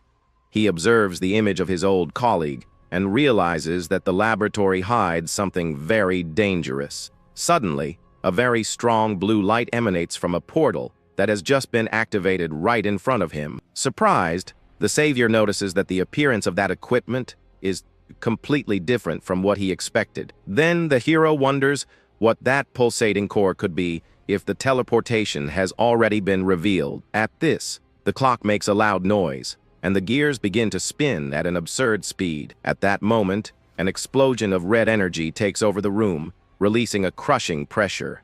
He protects himself with his arm and tries to understand what's happening with that unstable mechanism. With that, the creatures in the cells start to get agitated as the scarlet glow consumes everything. The large monster opens its many yellowish eyes and seems ready to break out of its prison. A beam of red light explodes from the center of the laboratory, brightly illuminating everything around. In the courtyard, a female soldier runs desperately to warn Argus that something terrible is happening in the capital. With a worried look, the leader of the knights admits he already knew about the imminent danger. At that moment, hundreds of beasts fall from the sky and begin to destroy the city's houses in a devastating attack. In the library, the young blonde woman stares at the professor and asks why he has that strange look on his face. The man smiles maliciously and reveals that his plans are already underway throughout the kingdom. Annoyed, the student prepares her magic and tells the traitor to get out of her way, as he is involved in this. At this, the chubby man admits that she discovered the truth, but says it's now too late to stop him. Surprised by the confession, the blonde wonders what he means by those dark words. The villain explains that today was the day chosen for the grand plan to finally be executed. He reveals that the attack was supposed to be later, but he decided to move it up because she was investigating too much. At that instant, the enemy shows a cruel look as he watches the girl's fearful reaction. Meanwhile, the white-haired young man runs swiftly through the corridors to try to help. With his sharp intuition, the hero realizes that the professor is as great a danger as the king. At the entrance of the secret passage, the girl understands that the savior is already down there investigating the place. The traitor confirms that the outsider's in the laboratory and decides to end all her anxiety. Even though she's nervous, the young woman prepares for the fight and questions if the man really thinks he can win. Laughing loudly, the villain guarantees victory, claiming to have obtained an invincible and absolute power. With that, a frightening purple smoke surrounds the traitor, while the female students watch the chaos. Terrified, the blonde watches the transformation, and the enemy promises to show her his full potential. The villain shouts that this is his new power, while the little one watches him, holding a vase. At this, the blonde is completely in shock to see that the enemy went down in a very pathetic way. With a sigh of relief, the animal-eared young woman wipes the sweat from her brow after the physical effort. Then she celebrates her victory over the fallen traitor, while the other girl continues to tremble. At that moment, the noble questions what she is doing there, and the little one says she came looking for her hero. With that, the girl warns that things have gotten crazy outside, and they need help urgently. Then the freshman confirms that she saw the white, blonde-haired young man entering that secret place. But the blonde realizes the little girl is just a rookie and is impressed by her attitude. Worried, the student asks if it's okay to hit a professor, and her friend says it's fine. At this, the little one suggests blaming the noble for everything, since no one saw their faces during the confusion. That instant, we hear quick footsteps echoing down the corridor as someone approaches in a hurry. Then the protagonist appears and asks what happened to the traitor, who is passed out on the floor. He warns that the situation in the city has become dangerous, and that chaos has taken over all the streets. But the warrior reveals that the beasts from the laboratory have disappeared, which worries him greatly now. With that, the blonde panics as she understands that the monsters are free to attack people. At that moment, the group leaves the secret location and runs to try to save what's left of the capital. Looking from above, they see the city covered in flames and explosions that destroy everything in their path. A giant beast attacks the desperate residents, and fear spreads to every corner of the kingdom. Then a flying monster appears in the skies and begins to hunt the people trying to escape the destruction. With that, a colossal paw smashes the ground, showing that the army of monsters has begun its invasion. At this, we see a colossal beast that stares at the capital from a distance and prepares for the worst. Then the monster opens its mouth full of fangs and lets out a deafening roar. At that moment, the young blonde woman is paralyzed as she realizes the city is in real danger. But the warrior blames himself for not having destroyed that teleportation device earlier. With that, the eared girl points to the horizon and warns that something is coming. At this, the giant in the skies begins to charge a very destructive energy attack. Then a powerful beam shoots out from the beast's mouth and cuts through the sky toward the palace. The target is the royal castle, and the impact threatens to wipe out everything that exists there. The students fear for the royal family's lives, knowing the blow will be catastrophic. At that instant, the man in white holds an injection and decides he will act now. He applies the substance to his arm and feels the power of the nanomachines in his veins. Then his friend's voice warns that this special trump card can only be used once a day. At this, the scientist explains that the jump is short but allows him to move in the blink of an eye.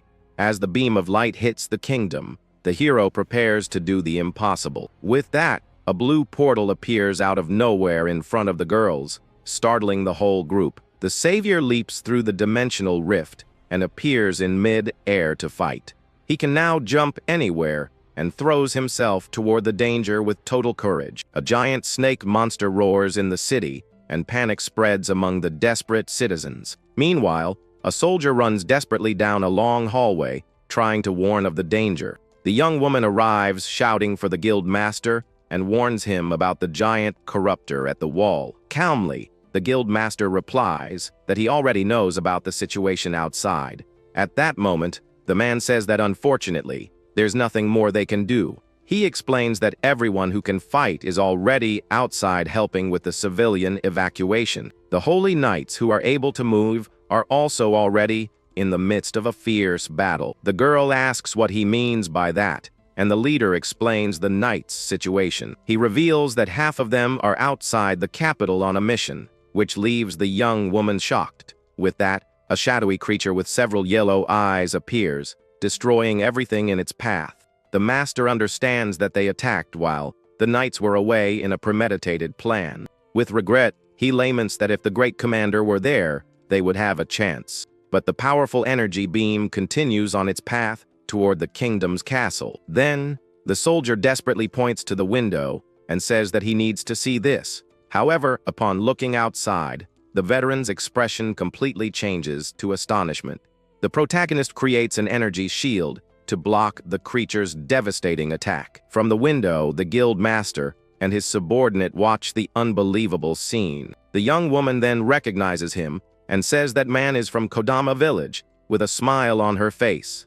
The giant monster observes the city from afar, preparing to continue the destruction. Down below, the savior quickly jumps from a building to the ground. He lands on the ground with a blue energy aura surrounding his entire body. At that moment, the young man concentrates an absurd amount of power in the palm of his hands. With that, a powerful blue energy beam is fired in the direction of the giant monster. The white-haired warrior faces his opponent with a serious and very determined look. The attack hits the creature's arm, which seems to feel the damage from the blow. The protagonist realizes the monster's mass is too large to take it down in one go. He also notices that the teleportation drained more energy than he had imagined. In that case, he decides to grab his energy sword to handle the situation by force. Wielding the weapon, he prepares for the fight, saying he'll take the opportunity to get some exercise. Then, the swordsman charges forward with full force, delivering a powerful energy slash at the enemy. The blow lands squarely, and the giant monster roars in pain and fury. With that, the hero propels himself into the air at high speed to continue the attack. He knows the monster will regenerate, but the blow has bought him some time. Then, with a focused gaze, the young man concentrates to use his special abilities. He decides he'll apply the basic concepts of nanomachines to fight. To do this, the warrior nullifies his body weight through gravity manipulation. His feet touch the ground lightly, as if he had no weight at all. Then, he generates wind by manipulating atmospheric pressure to move faster. Meanwhile, a fallen soldier is about to be attacked by another creature, but at that moment, a large fireball flies toward the enemy monster. The attack explodes on the beast, saving him, and someone announces they've arrived to provide support. The soldier recognizes the young people as students from Harness Academy. One of them thanks the soldiers for their courage as he prepares to fight. The two students with wolf ears get ready, as the capital is in trouble. They then find themselves surrounded by two monsters and know they need to fight with everything they've got. Suddenly, the protagonist stomps hard on the ground, creating a shockwave. In the blink of an eye, he cuts down the two creatures that were threatening the students.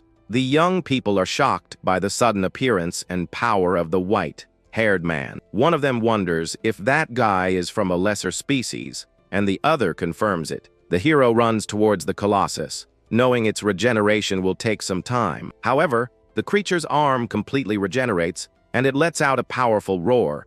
The beast then fires two energy beams from its shoulders toward the warrior. With agility, the savior dodges the attacks by jumping at the exact moment. He realizes that, aside from the previous attack, the monster isn't a major threat. The young man then advances through the streets, cutting down all the creatures in his path. He decides he will finish off the giant before it can attack again. The swordsman moves faster and faster, saving civilians and eliminating the monsters. With a determined smile, he focuses his power to increase his speed even more. Then, the warrior runs toward his main target to deliver the final blow. He jumps and unleashes a powerful vertical slash that cracks the ground with its force. In a swift motion, the swordsman delivers a powerful slash against the giant monster. At this, the multi-eyed creature is surprised and doesn't understand what just happened. In the distance, the knights watch the scene, shocked by the man's power. Elsewhere,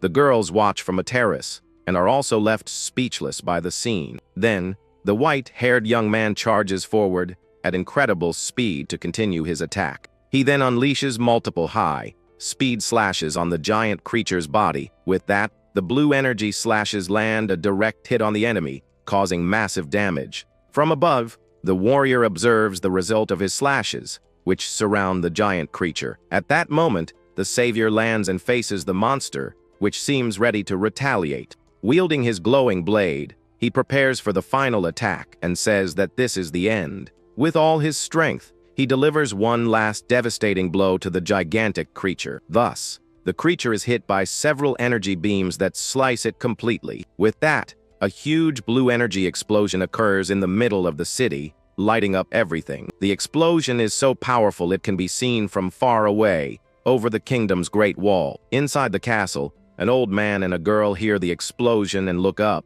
startled. The girl then asks what is happening, while the older man looks worried. The protagonist lands stylishly as the giant monster dissolves into green smoke. With his back turned, the savior hears someone wonder who on earth he could be. 3 days pass, and we see the city being rebuilt after the great monster attack. On the street, people wave to the white-haired young man, who who watches from a building window. Inside the room, the young man stretches and thinks that despite the chaos, the damages weren't severe. Then, he sits on the bed and thinks it was all thanks to the competence of the holy knights. Many knights couldn't fight because they were on alert against the giant corruptors. Thanks to this, cleaning up the situation was quick, and the knights helped the citizens. The academy was sealed off for investigation, while knights stand guard at the gate. The professor, believed to be the mastermind of the attack, and Lord Rudman were finally captured.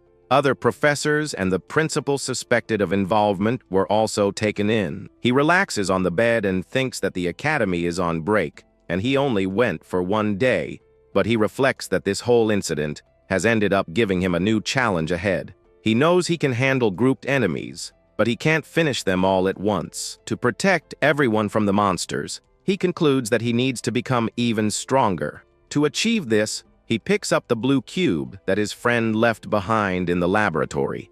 But at that moment, he hears a noise at the door and asks who is out there. Then, the white-haired young man opens the door and comes face to face with the blonde girl. Wearing an elegant dress, the young woman says she has come to escort him somewhere. With a smile on her face, the girl calls him master, leaving him a bit surprised. The warrior finds it strange and asks why she is there, and the young woman says her brother sent her. She explains that her brother wants to thank him and discuss another important matter with him. Then, the hero asks if she came all this way just to call for him, and the young woman confirms it. The young woman says it would be rude to send a mere servant to summon someone so important. Therefore, representing the Oltons family, she came personally, which makes him feel awkward. He asks if she has stopped calling him a lesser species, and the girl says she has reflected on it. With a theatrical gesture, she says one should not judge by appearance but respect everyone.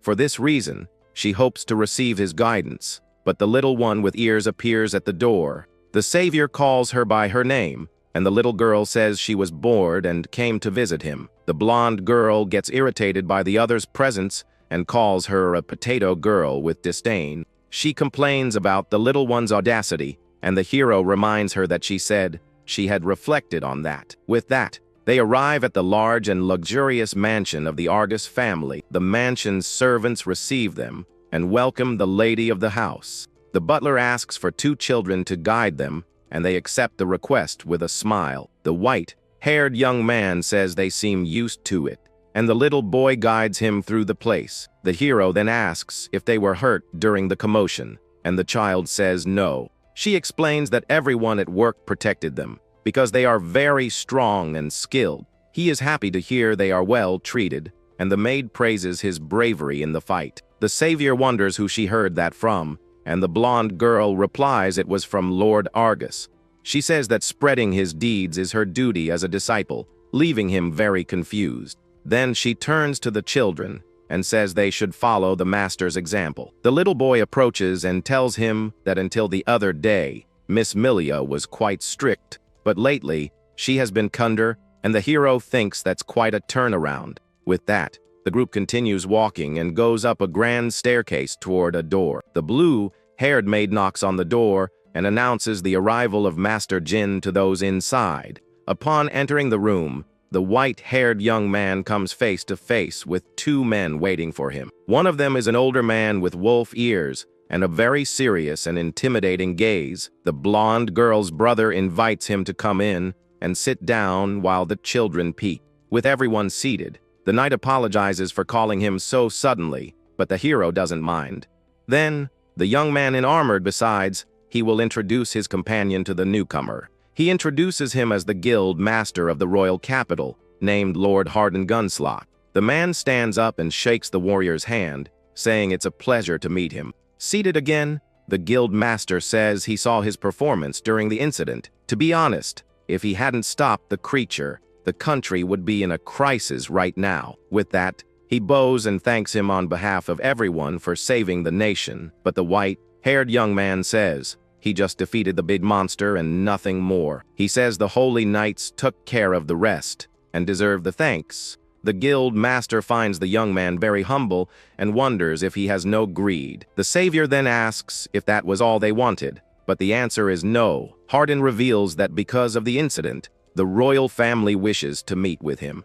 The warrior is shocked by the news, and the man says he needs to clarify something first. With a serious look, the guild master directly asks who he really is. He explains that thanks to the guild members, there is no information that doesn't reach him. Hardin apologizes for the intrusion, but says he found nothing about the young man. The knight in armor also wants to make it clear that this time, there will be no excuses. The girls look worried as he asks where the mysterious man came from. With a sharp gaze, he also asks what his purpose is in coming to this country. The white-haired young man faces the two men as they wait for an answer. The atmosphere in the room becomes tense, with all eyes on the silent warrior. The blonde knight stares at him with a serious and determined expression, awaiting the truth. Then, the young man says he wasn't hiding on purpose, scratching his head. He just thought no one would believe him, so he preferred to remain silent. With a smile, the knight says that if it's something he says, then he will believe it. The warrior then smiles and says in that case, he will believe his words. With a serious look, the white-haired young man reveals that he is a human from 100 million years ago. The knight recognizes him as the taboo from Kodama village they referred to. Shocked, he understands that the hero is the human who was sleeping behind the door that could not be opened. The guild master admits it's hard to believe right away, but he trusts the young man's words. The blonde girl then says the professor was in the underground and opened a forbidden door. The door was old and made of metal, with two large circular locks that kept it sealed. The young woman adds that her brother and the professors saw the savior's power with their own eyes. The knight calls his sister's attention, surprised by the revelation she just made. With a smile, the girl asks what happened, and her brother seems speechless. The warrior explains that he had been sleeping underground in that country for a very long time. The reason he went to the capital was to gather information about this era. The guild master asks what kind of information he was looking for, and the young man says there are two things. The first is about the corruptors, a threat he needs to understand better. He reveals that these creatures already existed 100 million years ago, which shocks everyone. But he adds that they shouldn't be alive in this current era. The knight asks why that is, and the young man explains it's because of the spirits. 100 million years ago, spirits were spread all over the world and maintained balance. We see a large energy tower being activated to spread this purifying force. The energy rises to the heavens and spreads like a great beam of blue light across the planet. From space, we see the energy spreading across the entire globe like a rain of light. Corruptors can only live in polluted places filled with negative energy, but the spirits have the power to purify these environments, making them uninhabitable for them. So, the young man wonders why the corruptors still exist in this era. He admits he doesn't know the details, but takes something out of his pocket to show them. With the blue cube in his hand, he projects a hologram of his friend who says the corruptors have evolved. The guild master is amazed and asks if that is technology from an ancient civilization. He is curious about the system that makes it work, but the warrior can't say. Then, the white-haired young man says that's why he came to the royal capital.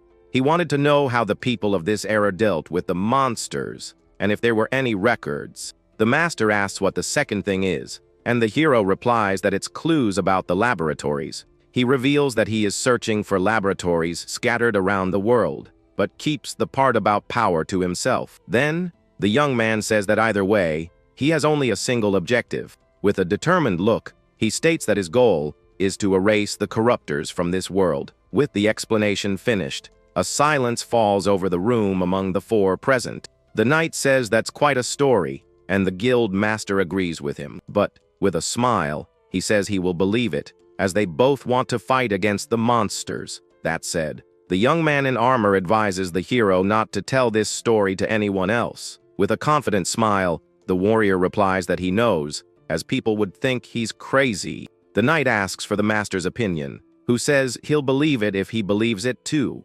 Besides, he argues that someone with bad intentions wouldn't risk their life for the castle. At this, the mood in the room becomes much more relaxed, and the three seem to reach an agreement. But that moment, the maid and the little boy enter, apologizing for the interruption. The young woman announces that the appointed time is approaching, and the blonde knight asks if it's already time. Then, with a smile, he turns to the hero and the maid and asks them to get ready. The white-haired young man is a little confused by the request, but accepts the task anyway. With that, some time passes, and we see the wheel of a carriage spinning at high speed. The carriage then proceeds along a road toward the grand castle of the royal family. Inside the vehicle, the savior looks out the window and thinks that he's going to meet the country's royalty. He is wearing an elegant suit and wonders if he needed to change clothes, but Artis questions him. The young man in armor then says the suit looks very good on him,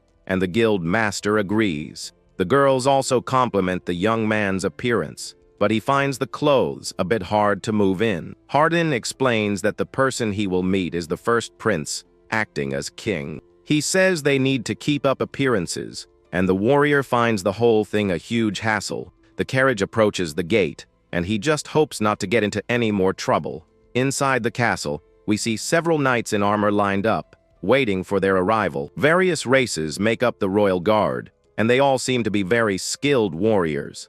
The group enters the throne room, and Artis announces that he has brought the one who saved the country. In the distance, a powerful voice from the throne orders them to raise their heads. The three kneel as a sign of respect, and the white-haired hero lifts his gaze. He then finally faces the figure sitting on the throne and analyzes him with a watchful eye. On the throne is the first prince, Tails Kamosia, with a very imposing and confident pose. The young man introduces himself as Jin Shido, and the man on the throne just responds with a simple grunt. The prince says that on behalf of his ailing father, he will express the kingdom's gratitude for his deeds. He mentions that he heard from Argus that the hero came from the small Kodama village. With a mocking tone, he is surprised that someone so strong came from such a small place. With a dark smile, the man on the throne says he's going to be very direct with the young man. Without beating around the bush, he orders the savior to serve him as his loyal and obedient servant. The warrior is to become a holy knight and work to the bone for the country. The order echoes through the grand throne room, and the atmosphere becomes heavy and very uncomfortable. With glowing red eyes, he repeats the order with an expression of pure arrogance. The white-haired young man doesn't like the proposal at all, and his eyes gleam with anger. The prince notices the silence and asks what the problem is, since he hasn't heard a reply. Hardin then tries to intervene, reminding him that they were the ones who summoned the warrior there. He says the prince shouldn't speak, in a way that forces him to accept the proposal. But the hero interrupts him and says he doesn't plan to stay in that country for long. The man on the throne says he heard he works at the academy, and Jin confirms it's temporary. Then, the noble asks if that is a refusal, and the young man says yes, and that he is sorry for it. With a serious tone, he says in that case, there's nothing to be done, and the guards move. The castle's knights draw their swords, ready to attack at any moment. With that, the prince gives the order for the knights to capture the white-haired man. Hardin is shocked by the order and tries to stop the guards, but is restrained by them. The prince reveals that the warrior is suspected of trying to overthrow the state, which shocks everyone. He explains that a corruptor was hidden behind the academy's ancient door. Since they say the young man opened the door, it's natural to suspect him, according to the noble. With a wicked smile, he suggests that saving the country might have been an act. The guild master is furious with the accusation and says that it's ridiculous and extreme. The white-haired young man remains silent, with several weapons pointed at him.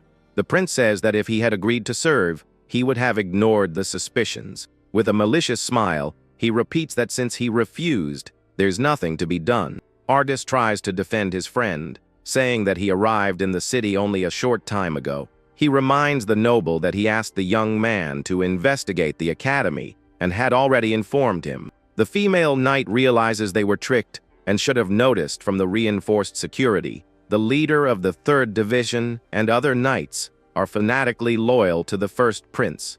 The commander of the 4th Division, a man with horns, is also part of the group loyal to the noble. The blonded knight knows that these two would commit any injustice in the prince's name. He understands that from the beginning, the intention was to get rid of the warrior if he refused. The prince says that letting someone who defeated the giant monster run loose is too dangerous. But with a dramatic gesture, he says he is merciful and will give one last chance. With glowing red eyes, he demands that the young man swear loyalty to him immediately. The hero remains silent, surrounded by the knights pointing their weapons at him. With a serious expression, the white-haired young man says he doesn't understand the situation. The noble is confused and asks what he means by that, which makes the atmosphere tense. The warrior explains that a verbal oath means nothing in that situation. He adds that if he obeys with words and flees later, the oath will have no value. The prince agrees that this is true,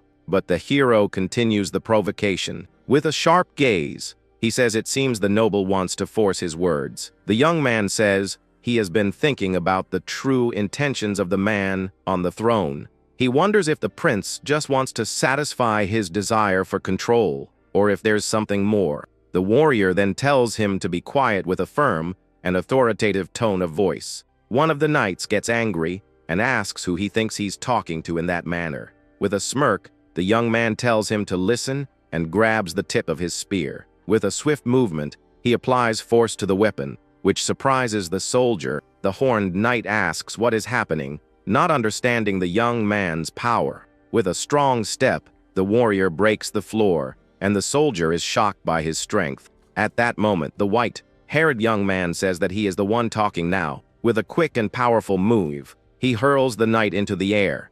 The noble on the throne is shocked by the scene and can't believe what he's seeing. The blonde knight puts a hand on his head, frustrated with the chaos that has started. The leader of the 3rd division gets angry and tries to use her spirit magic against the hero.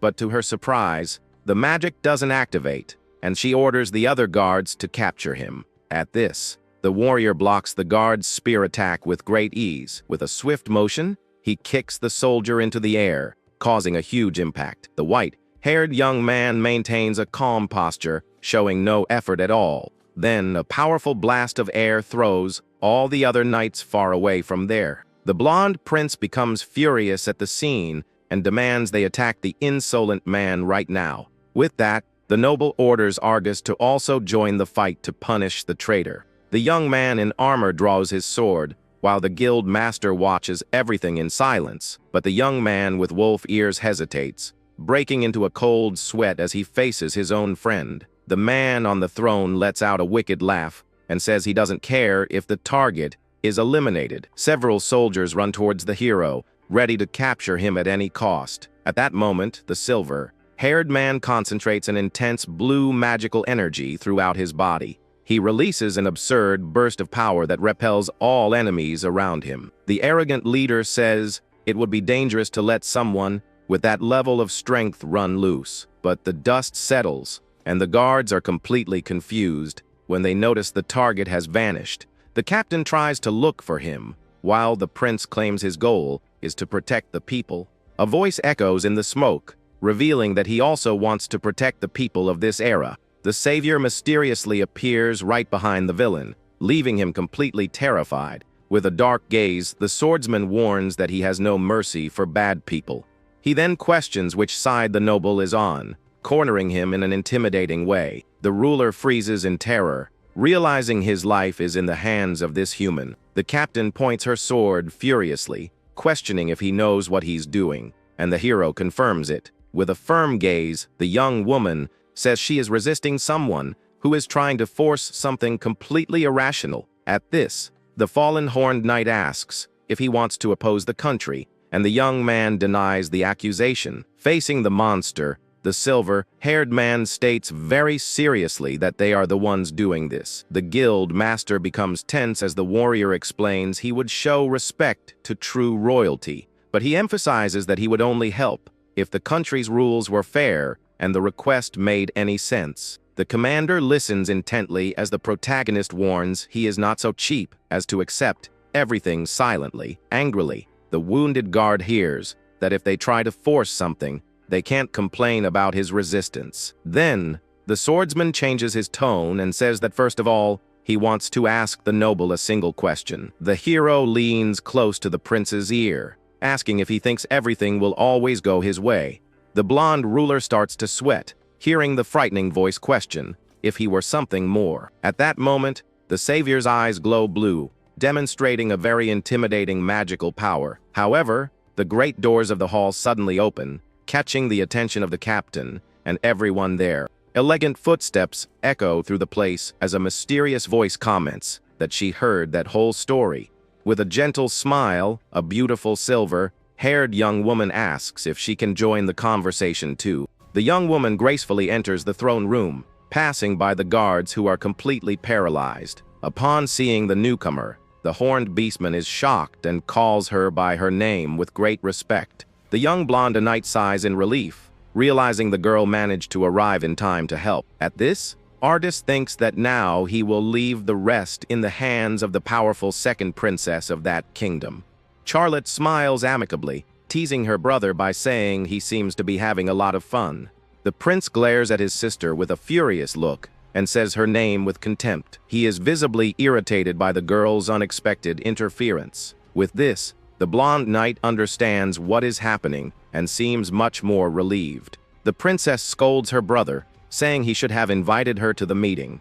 With a mocking smile, she reminds him that he isn't even the official representative of their father. The noble grinds his teeth in anger at his younger sister's provocation. Then, he retorts that the man there is unfortunately not a true hero. The prince accuses him of being a criminal who dared to defy the royal family. The captain confirms the accusation and says the young man injured the commander of the knights.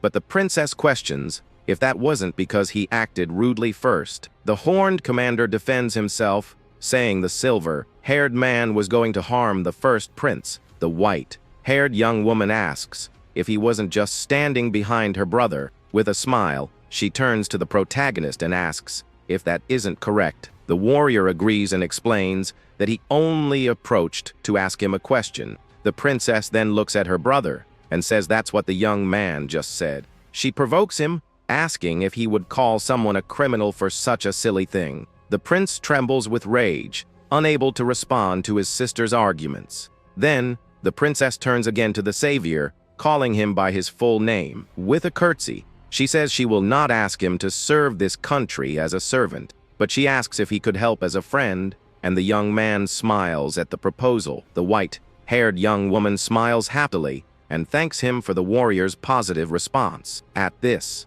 she suggests they change locations, as this is not a good place to talk. With a gesture of authority, she orders the knights to guide her new friend. The captain and her soldiers accept the order and make way for the hero to pass. The prince watches everything with a look of pure fury, unable to do anything at all. A while later, a carriage leaves the castle, and the blonde man says that scared him. He asks why the silver-haired man did that, and the young man replies it was just a little. The hero actually felt a strange presence coming from the prince and hopes it's his imagination. But deep down, he knows that malignant feeling was very real and worrying. Elsewhere, the princess smiles and says he doesn't need to thank her, as he helped them before. The princess apologizes for her brother, but the hero says there's no need for that. With a smile, the young woman introduces herself again as Charlotte, the second princess. She then asks the savior to continue as a good friend, and he accepts the request. Argus questions the noble's attitude,